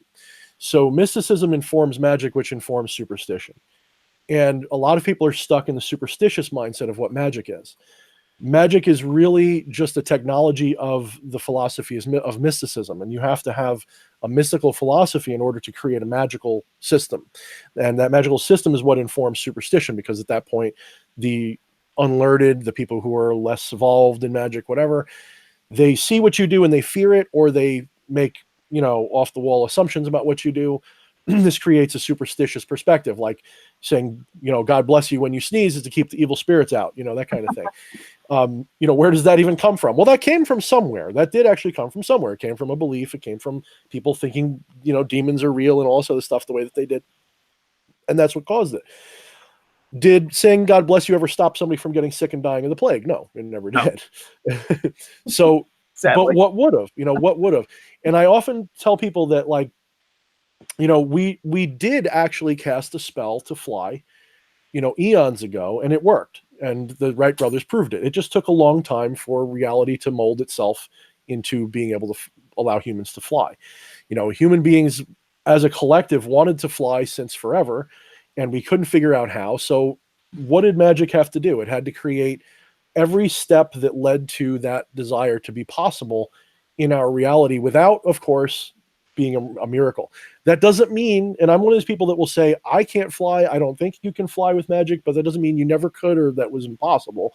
It just means that from my knowledge, that's impossible to my worldview. But maybe somewhere thousands of years ago, someone could. Maybe, doubtful, maybe. I think magic just constantly satisfies our truest intention. Our truest intention was to fly. We didn't say how. If you say my truest intention is my spell, I cast a spell to fly, well, it doesn't work. But all these people through thousands and thousands of years wanting to fly creates the eventual outcome that we don't sprout wings, but we build them and we fly. Yep. That to me is a kind of magic, and it's a very valid kind of magic, no different than many others. And give me 1 second, I got to blow out some candles. Oh no. Fire hazard. I mean, I was going to say, like, I did a spell work one time back in 2008, and then come 2013, that's when it actually started to work. And it was my like I talked about in my Don't Be Impulsive with Magic, and then I think in my experiences with Magic 2 video where I wanted to forget crap. Mm-hmm. Right? And I mean, if my brain was a hallway with a series of doors, there are doors that are now locked. Mm-hmm. There are things that are now completely forgotten, and it's almost like I can feel myself moving around in my head, and it's just you hit a wall. Yeah, that's weird. Yeah. And it's because those are blocked off. I mean, and that took years to manifest, but I really, really like your analogy of the humans always wanting to fly, because right, like it doesn't always, like when we do some kind of spell, like like the analogy you brought up before about finding a job or something, you still have to do mundane things to make the phone to get the job and stuff. You're not going to knock on the door like, let me shake your hand. You know, right? It's not going to just appear, right? Exactly. yeah. And this is why I say magical takes the path of least irrational resistance. So it's going to always try to be rational for a couple of reasons. One, I think, is just because it takes less energy. It doesn't, and because we're already creating a reality that makes sense, because we're so locked into our mind materialistic view, that we are creating a very hard reality that's very difficult for magic. You know, you can look at it almost like the spirit world is in a state that is like water, and the material world is. Did I say material world? I said that the astral world is in a material watery state, and our reality is in a hard, solid state at the moment. And so that it can be hard for them to interact. You can't, just make something happen just by wishing it. But by wishing it, you can make it happen in the long term, because it can manipulate your actions and manifest at a distance in time. So that's one way to look at it. And so, like, one question I would have is, of course, how does psychology, like, I remember when I would go to see a psychologist, and I actually had a weird experience with one, because there was a time when I wasn't very full of myself, I wasn't very proud of myself, I wasn't very happy with myself, and I had I was having trouble. I couldn't get a job at the time. It was right after high school. I felt like crap. And I was like, what am I, stupid? And the psychologist was like, well, let me go find out what your IQ scores are and all this. And I won't tell you them because I can't, but let me go see if there's any, let me give you some. So she comes back and says, oh, you're two standard deviations above normal. And the reason why you feel stupid is this, that, and the other thing. And that alone kind of like broke me out of that feeling sorry for myself state, because I realized, if anything, I'm doing it to myself. But this counselor was also very open to the spiritual things. She didn't say like, oh, you must have schizophrenia because you see things. That wasn't like the first place she went. So what is your perspective, since this is something that you have, time in, you have a degree in, what is the consensus among, psychologists, people in that field, on things like magic and spirituality? Is it just hands off? We don't touch it with a 10-foot pole? I mean, or do they have a belief? Do they believe we're all just delusional? Do they think you're delusional as one of them? Like, what do they think? I mean, I've had experiences with a like licensed psychologist, because I only have my bachelor's, but where he is very open to various spiritual things. And the thing that I like, the gateway I think that everybody uses in psychology to kind of go down that train of thought is Jung, because even he does seem to be the sorcerer's legitimizer, doesn't he? in a way, yeah. Like, he had experiences that, like, I'll just paraphrase what he said, but basically, I've had experiences that I could only explain to myself. I can't quantify them for you. And he even had experiences with what he would, we would call it like the Watcher, or a guardian angel, or a tulpa, for example. And he saw it as like, there was even one case where I think, like, after he died, somebody like that knew him like 100 miles away or something, at some place that he used to visit all the time, happened to see him sitting on a park bench. Really? Okay. Something like that. Like, there was a reported sighting of him 100, so many miles away from where he was not, because he was dead. He was dead, it's like the whole grandmother visiting you in the middle of the night because she passed on. Right. Which seems to happen a lot. That's actually something that's reported all the time, to the point where either because it's really happening, or there's just a phenomenon of psychology. It's really, something's happening. People are always experiencing this. It's pretty wild. And I think that, like, the majority of psychologists, at least the ones that I think are worth their salt, understand that there are things that there are things that are explainable by biochemistry and neurotransmitters and all that junk that goes on in the brain. And you're talking about, like, different constructs of the mind and associations that can cause certain things.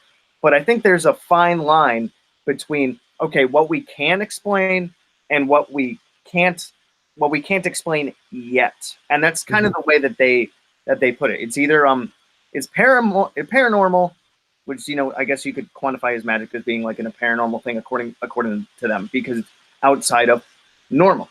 It could. What if it is normal, is just not understood? That's how I like to look at it. And that's, like, I think magic is a form of science that is not understood yet.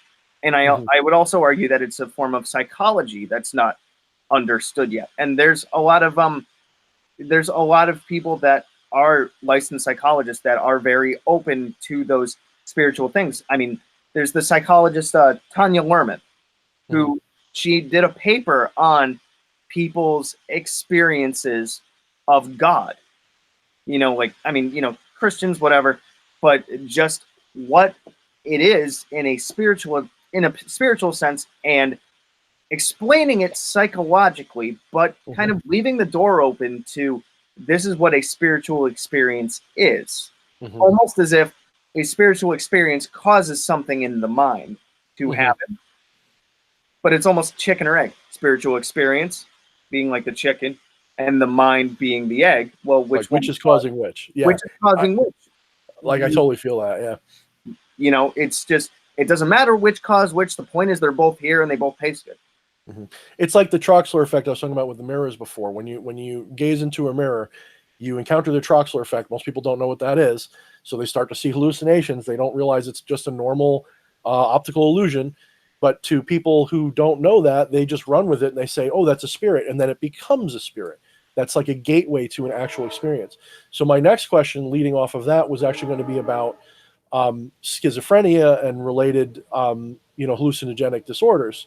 Where do they draw the line between that and what we experience in our mind's eye as spirits? So, like, I have a client, and she's a nice girl, and I can't really say much about her, obviously, because it's, we're confidential, but there's a person that I have as a client that has, schizophrenia. So they have to take medication, and they cannot connect the spirits for the life of them.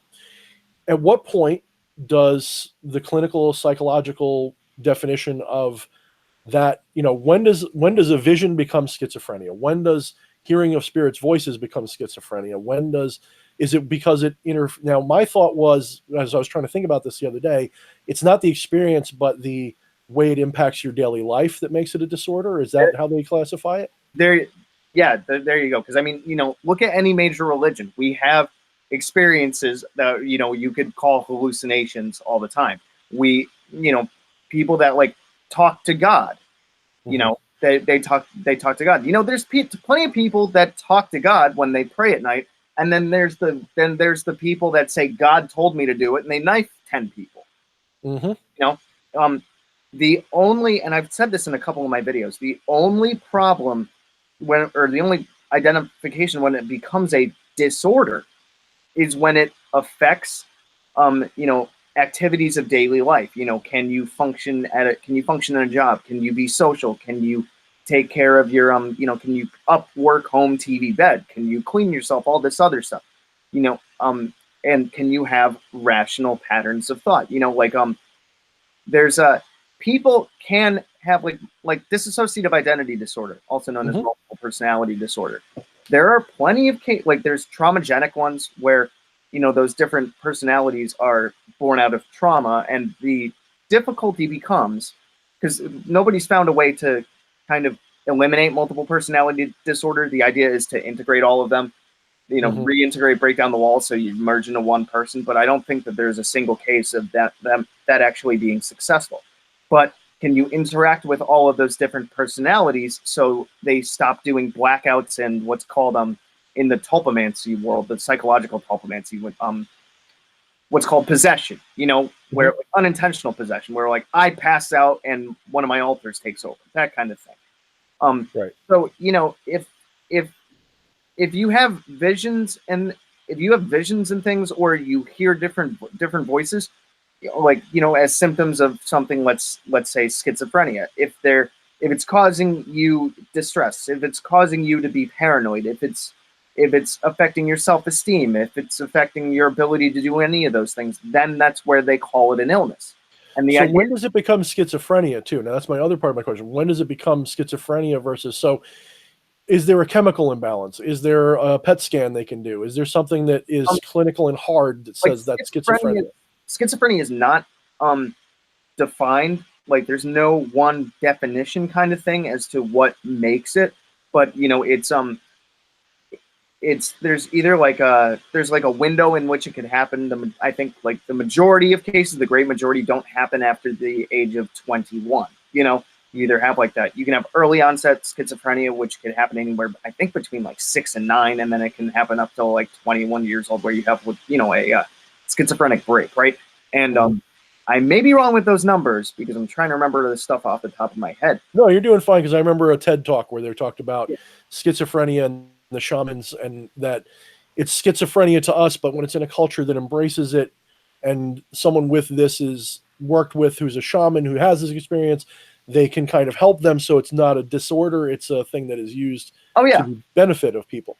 So my question, I guess, where I'm going around is, go ahead. It's a way of funneling the interpretation of it. If you start to hear voices that would tell that would talk things that if I told this to somebody else, they would think I'm crazy. Or why is it telling me to do that? That would hurt somebody else. The second you bring it up, you're medicated, you're stuck in the loony bin, your life's not, could potentially not be that good. But there's been cases of disabilities from autism, Down syndrome, all those other things, where in other countries, aside from this one, and other cultures and stuff, they perform better simply because of the societal acceptance. Yeah, they're integrated better in their society. And I agree with you, because that's the thing I keep feeling like I can't give somebody medical advice. I can't tell them, stop taking your medication and blah, blah, blah, blah. That would be very irresponsible. But I often wonder at what point I personally would draw, because as a kid, I'd see things, I'd experience things that weren't there. And a lot of the times I could tell the difference between, there's always, I think for people who don't have a disorder, they can tell the difference. The people who have the disorder can't, they can't tell the difference between the one and the other. I think a crazy person doesn't wonder if they're crazy. Right. They don't wonder if they're crazy, or, and they don't put So it's kind of, you also brought up multiple personalities. And one of the things I've noticed that is kind of related is that a lot of people who do magic, especially the left-hand path, darker magic like I do, there's almost always a troubled past, an abused childhood, things that would cause psychological damage like that, things that would cause schizophrenia or multiple personality breaks and things like that. Myself in particular, when I was growing up, I've often wondered if the reason I had the experience I had when I had that meltdown with the possession and everything, was that because at that time I was being raised in a household where it was an alcoholic, there was mental abuse, all this other stuff going on. Was that a response? Was it a way for me to get power? And, over my life, even if it was just an imaginary form of power, was that just a way for me to make my life something other than miserable all the time? I would argue that point exactly. Because it's our brain at the very basic bottom line is wired for survival. And if we have to kind of create our own mini universe where we are able to feel safe, then I would argue that we would do that.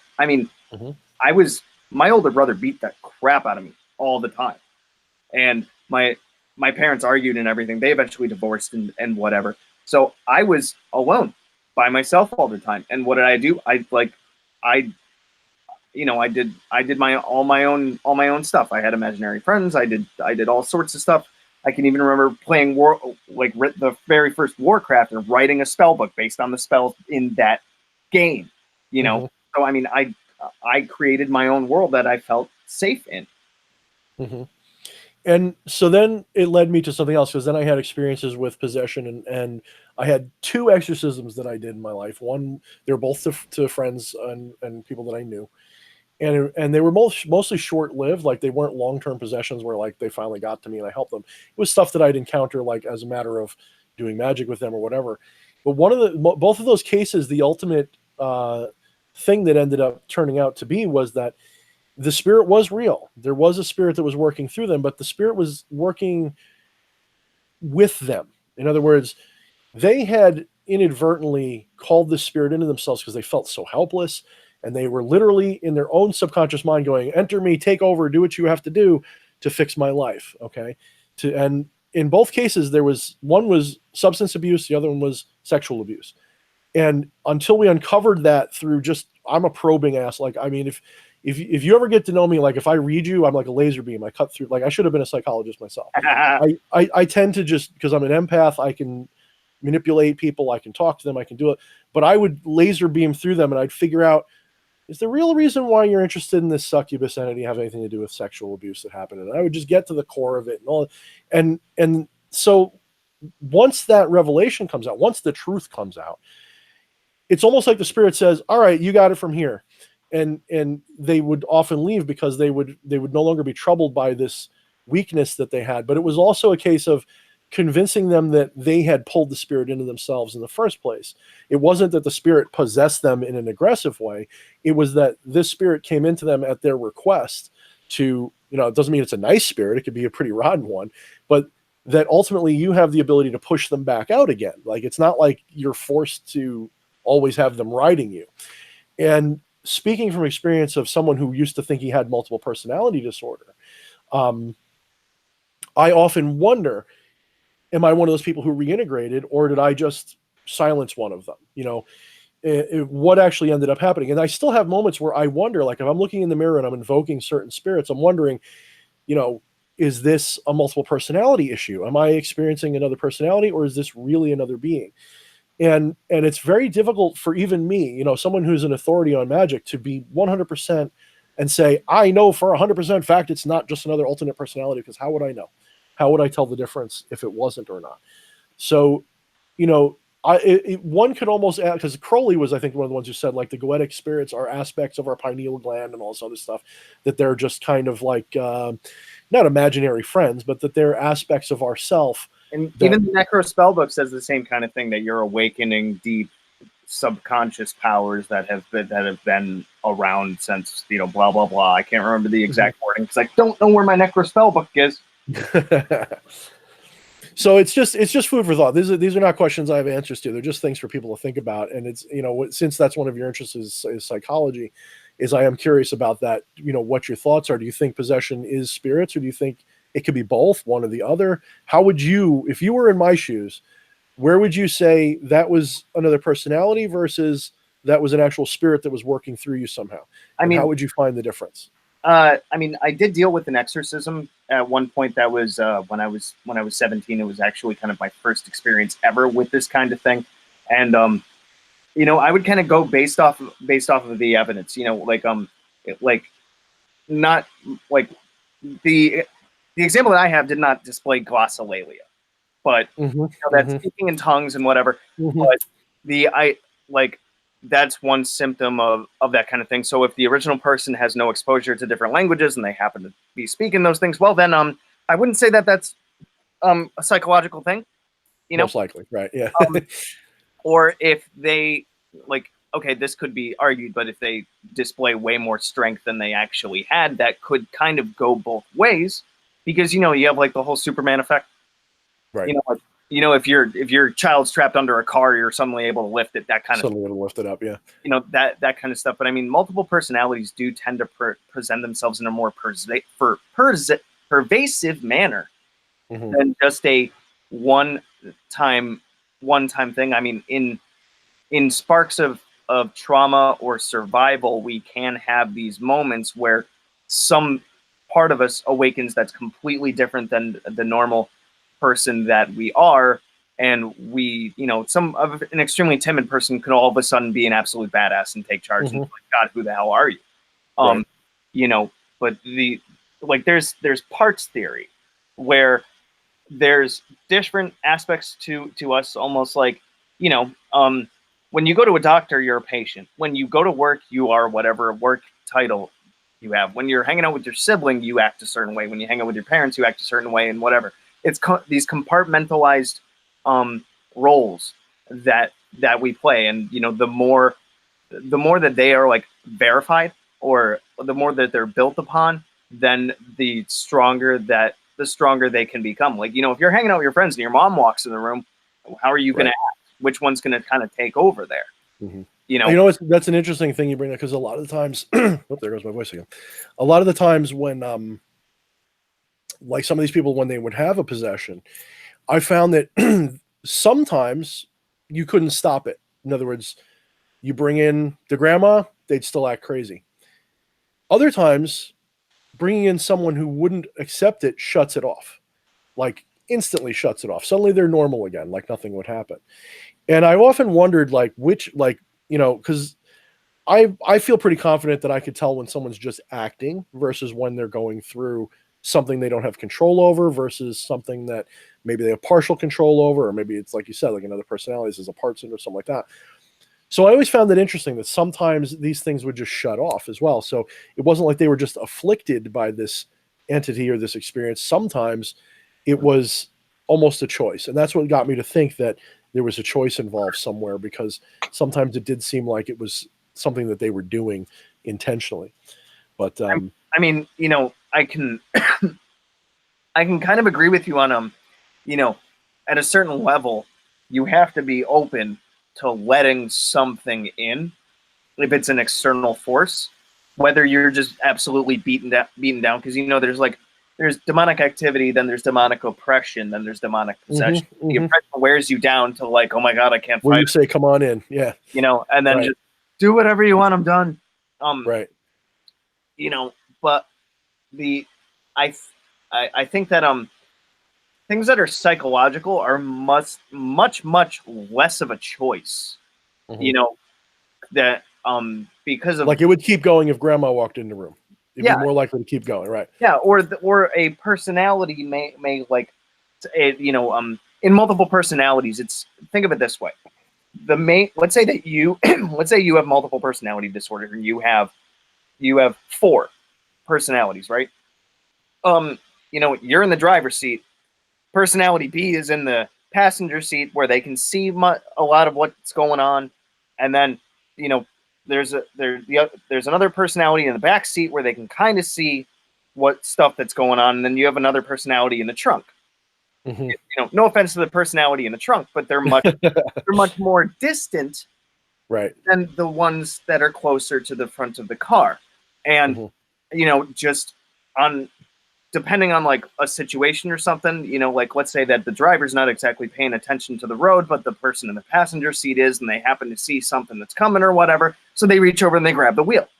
You know, did the driver want that? No, not necessarily. And then there you get what's termed as a switch, or a possession, and those kinds of things can happen. Like if one of those in the passenger seat or the back seat sees something that they want to react to, because in terms of traumagenic multiple personalities, they are created for a purpose, to protect you from a certain thing, or to act in a certain way that your regular personality can't. So the subconscious made it, because your subconscious wants to do things. Like 90% of us is subconscious, right? So it might form its own ideas, and then it can push hard enough to take over. Right. You know, it's just whether... Well, you know, there's also that thing that they found recently where your actions are already decided long before you make them. Yeah. So, you know, there's also that too. But it does make me wonder, you know, because as a kid, when I was going through these experiences, sometimes I'd wonder, was this a multiple personality situation, or was this a spirit taking over when I was doing it? And I've noticed that, like, for me, in almost all cases, I would either completely black out and didn't know anything about it, or I would say I didn't know, because I didn't want to admit that I was like in the back seat watching what was going on and sort of knew. Other times it felt like I was fully in control, but I was just doing what I was inspired to do. And it was almost like an excuse. And it's interesting because, you know, not a lot of people have experienced possession in any way, shape, or form. And that's my question, is like, how would I really know, especially from my own perspective? Like, what tests do they do? How do they figure out? What are the, you know, since so many things in medical science, they have a chemical or a disease or something you can do a search for basically in the body. How do you guys make the distinction between this is a multiple personality thing versus that's just an excuse so they can act like an asshole? You know, like what how do you make these determinations so that they're clinical? You know what I mean? I think it's just the effect on daily life stuff. You know, like so is like, it a disability, in other words? Yeah, you know, if it affects your life negatively, like there's the new phenomenon that's happened since the year 2000 and it's been growing. It's like a psychological tulpamancy, where you effectively intentionally create multiple personality disorder. In a way where you create a completely separate self that exists within your own consciousness that's like co-piloting, let's say. Although you're in the front seat, they're kind of in the passenger seat. They can, you know, and and stuff like that. So the majority of people that do this report that it improves things such as symptoms of Asperger's, symptoms of autism, depression, OCD, anxiety, all of those things. So would that be classified as a disorder? No, because it improves your function. Improve them, right. But if things that are, 99% of the time traumagenic, that do not help your functioning. You have blackouts, like when you go to sleep, guess what? Your other personality wakes up. And then when you actually wake up the next day, you're freaking tired still. Why? Because you technically didn't sleep. Right. Or you're forgetting things or whatever, or you randomly switch when you're out in public. Oh, crap. Stuff like that. So it all boils down to whether or not you are able to function in what we call society, which is why in other cultures, these things can be treated differently and therefore not seen as negative. Because you have integrated in a positive way. That might be a little paranoid, and they see that as signs to take action to protect their community. Right. I find it interesting because this is the kind of stuff that, going back to the magic works in the least irrational manner. It goes back to that. A lot of the times these experiences, maybe it is a multiple personality disorder that is what possession is. Maybe it's that form you're talking about that's new where people are doing it intentionally. Maybe that is kind of what's going on. But that doesn't mean there isn't a spiritual component behind it. That doesn't mean there isn't a demon involved, but it's using the same mechanisms. In other words, the same mechanisms of our psyche, of our body, of our mind to do these things. So one person's possession is another person's multiple personality disorder, except when a spirit's involved, there's, like you said, it's not necessarily good or bad. It's not necessarily going to interfere with their lives, although, when you get an exorcism, it usually is.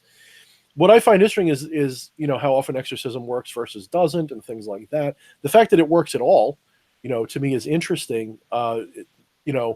It begs the question, is this a phenomenon of science or phenomenon of spirit, or just, I believe it's real, so therefore the placebo effect takes over, and because I believe it's real, my multiple personality shuts down. One of the other things is that like one of the other aspects that I forgot about is how long lasting is it? A possession may not last that long, but something that's seen as a disorder, like, to be diagnosed with clinical depression, I think you have to have it for like a certain amount of weeks or a certain amount of months or more. So if you display certain traits, like, if you have, like, somebody could be under so much stress that they literally are paranoid and they experience hallucinations just because of lack of sleep and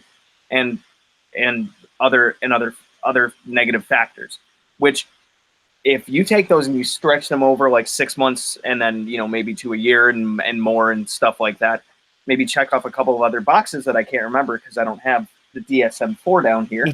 Yeah. I don't even know where it is. But now it's the DSM-5 TR, which I don't. I was just going to say, someone brought that up to me recently because we were talking about Dan Talion, and Dan Talion has a book, and Dan Talion's a master of science and psychology, and for some reason they said when they saw in their mind's eye Dan Talion, they had the DSM-5 instead of like a grimoire. But go on. Right. There's some synchronicity for you.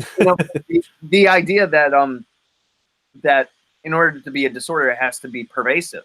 It has to be across a certain amount of situations, and it has to be across a certain period of time. And like possessions can be kind of short-lived things. The one that I dealt with was probably only a couple of hours. Yeah, mine was about 3 days and about 2 or 3 hours. Yeah. See, so I mean, it wasn't 6 months, and they weren't able to brush their teeth. Right. So that's part of the problem is that I think a lot of things that are like spiritual open us, because science doesn't truly understand it, because we need to see it and touch it and feel it and smell it and taste it, is seen as not normal. And because society doesn't accept it as normal, which is kind of a self-perpetuating feedback loop, then spiritual experiences are seen as mental illness. I mean, so many people believe that some dude happened to talk to some other guy and then he died and then came back up and stuff, and that's all rational. Right. But in the present day, oh man, we're going to lock you up for that. Right. Like you can believe that happened 1,000, 2,000, 3,000, whatever, and you're fine. They don't think you're crazy for believing that. But the minute you think that Bubba down the street did it, you all got to start talking to the and get medicated. Yeah. Yeah. I mean, we live in a very weird society, and it's one of the things I talk about in my book again is that, you know, when we combine science and spirituality, I think we make the mistake of, even us, of expecting, and that's one of the things that led to my downfall back in the past, was expecting supernatural things, because the word supernatural means something that's not natural, basically. So we are expecting supernatural things to happen that cannot be explained by any rational means. And so therefore, like when James Randi had his challenge for anything, you know, psychic or whatever to take place, I never for once, even, you know, in recently, I guess he's not doing that anymore, but even recently, I'd say there's no way that even the most legit magician could pass that and win the $1 million, because magic would always find a rational way to do what they're doing. And so it again, we're coming back to that when we're talking about these psychological things, you know, again, which part is it? You know, it's almost like I don't like the word magic sometimes, because because it almost creates in the mind of the audience this idea of Doctor Strange and, you know, Jedi and all this other stuff that do things that are not really rational. And I don't like to discount those things, because again, I've seen some stuff in my life that maybe if we had a team of experts could explain it, but I wonder. And hey, JB Perry's here. He's got Darkness, North Carolina. What's up, JB Perry? I didn't realize that was you, buddy. And we wonder, you know, like what would be the outcome? You know, some of the things I've seen are just like, I remember one time we were playing Left 4 Dead. And this is not something I did. This was just an experience. We were playing Left 4 Dead, and a whole group of us playing it on a LAN in my living room, and my living room's attached to my kitchen. And we were playing it, and a box of taco shells shoots out of one of the cabinets and lands in the middle of the kitchen. Like, I'm sitting like this playing the game, and I look out in the corner of my eye because I'm looking over because I hear a noise, and the cabinet swings open and the things shoot out. 2 people saw it, and I'm sitting there like, what the fuck could possibly explain that?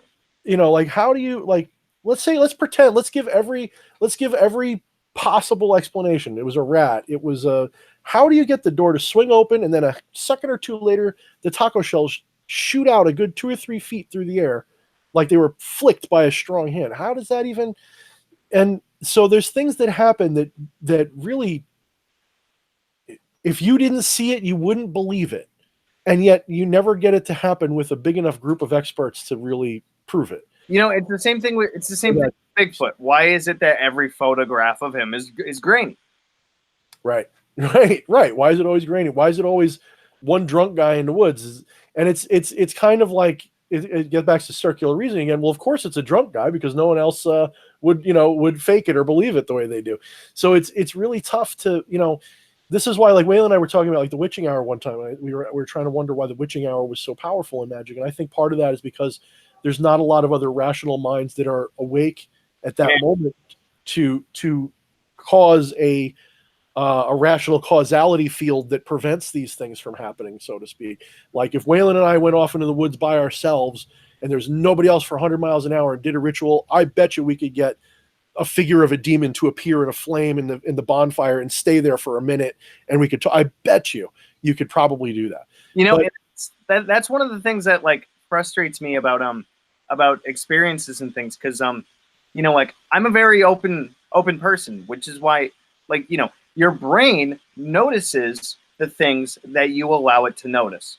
It is programmed to, you know, you program it by what you pay attention to. It's the same reason why, like, if you start thinking that a certain type of car is really cool, you're going to start seeing them everywhere. Seeing that car everywhere, yeah. You know, and, like, my dad is the most skeptical freaking person I've ever met. And he's never had a single weird thing happen to him, period. My grandma is super spiritual. My grandfather, on the other hand, is completely 5 cents and everything else is nonsense stuff. And of course, nothing's ever happened to him. I mean, that's not 100% of the case, because, you know, you can have a very skeptic person that all of a sudden gets a freaking wake-up call, you know. Right. But I really feel like having that narrow-mindedness can shut you off from experiencing things. But the skeptic would say, oh, you know, you just saw it because you were expecting to see it. And this goes back to the third eye. Is a lot of people say, how do I open my third eye? What is it like to have an open third eye? A lot of people expect the open third eye to be fireworks. They expect you see ghosts everywhere. You see, in reality, you know what it really is? it's noticing the synchronicities. It's noticing things that are always there as having meaning. I made a video on that. Why are you trying to get in there? My cat's trying to get into one of these cabinets. Is there a box of taco shells in there? It might be my ghost going to your house. You're not. Oh, please. No, but she's down. No taco shells? Okay. Why? Hi. I don't know why she's doing that. Maybe there's, just check. There might be a box of taco shells with ectoplasm on it. And no, it's just old video game parts. Okay, all right, so we're good. Wait, is Left 4 Dead in there? No, just kidding. No, it's like, that's all old school Game Boy, man. Oh, nice. I didn't like Game Boy. That's old school Game Boy. That's GameCube. That's all right. You're done. You're done. This is. I have fur children. Yeah, I got a dog and a bird and a snake and fish, and I know what it's like to have non-human entities in the house. Well, you know, let's see. I mean, I think maybe we could cut it off here. What do you think? I mean, should we take a look? I'm cool with that. I'm cool with that because my voice is getting shot. Or, you know, any questions in there? Because for some reason I can't pull the chat thing up. Oh, I think people have just been arguing about different things the whole time and commenting on what we said a little bit here and there. Flame Wars, yes. Yeah, it's not. It hasn't been too bad. I don't think we inspired many questions. Just a lot of what? What is he talking about? That's not magic. What is that? Well, you know, personally, I think this has been extremely eye-opening, and this has been a hell of a lot of fun. Yeah, man. Same here. I had a lot of fun. We'll have to do it again, especially once my stupid freaking work schedule shifts to being normal again. So, because then, you know, then my book's coming out. And I'm going to have to make the circuit where I go on everybody's channel and try to sell it to everybody. But, you know, it's one of those things where once this busy season's over, hopefully I'll probably need like a week to like get my brain back. And then I'll probably be back like full blast doing what I was doing before I had my stupid busy season at my job. But, oh, I can't wait for that to be over. Yeah, I'm waiting for my summer because it's going to be a little bit easier. Yeah, I wish it was like, you know, like this winter was like such a blessing because I had just gotten into Magic in September. I had done what I could through that season. Then I went into Christmas, which sucks because you have to work even more than I do now, but it's a shorter season, so it's not as bad. But that killed me, and I thought, oh man, I almost lost connection to all of this. And I did a video where I had finally gotten back to finally doing a write for myself, just a simple little offering. And I shot that video and I looked so depressed and low and everything else. Mm. And then the next 3 months, I just poured myself into writing this book, doing all the magic I could do, making a social media presence. And it just felt like for the first time in my life, I had done what I was supposed to do instead of just having fun or goofing around. And now, like, imagine, like, okay, now imagine you've just got offered to go to, like, you know, the Jedi Temple or something like that, but you can't because you got to fix the moisture farm before you can go. Is what it feels like to have to sit here and go through these couple months. So it really, I can't wait for this season to be over. I can't wait. So you'll see more of me. I'll come on your channel, and you'll have to come on mine. We'll have you on mine. Oh yeah, definitely. You know, we'll make a time for that. We have cookies on mine. We don't really eat them, but we have them. So yes, Waylon, I've got to hurry up and get this season. How is this? This isn't even seasonal work. It's just dragging from middle of March. I am the Jedi Temple. I'm large enough. You could fit a Jedi Temple in here. Just have to warn everybody: we're no killing younglings. Why not? Morality is a crutch, dude. You got to have a reason.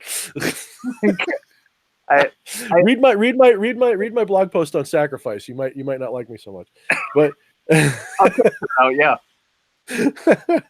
So yeah, man. So I'd look forward to being on your channel again, man. It's been fun.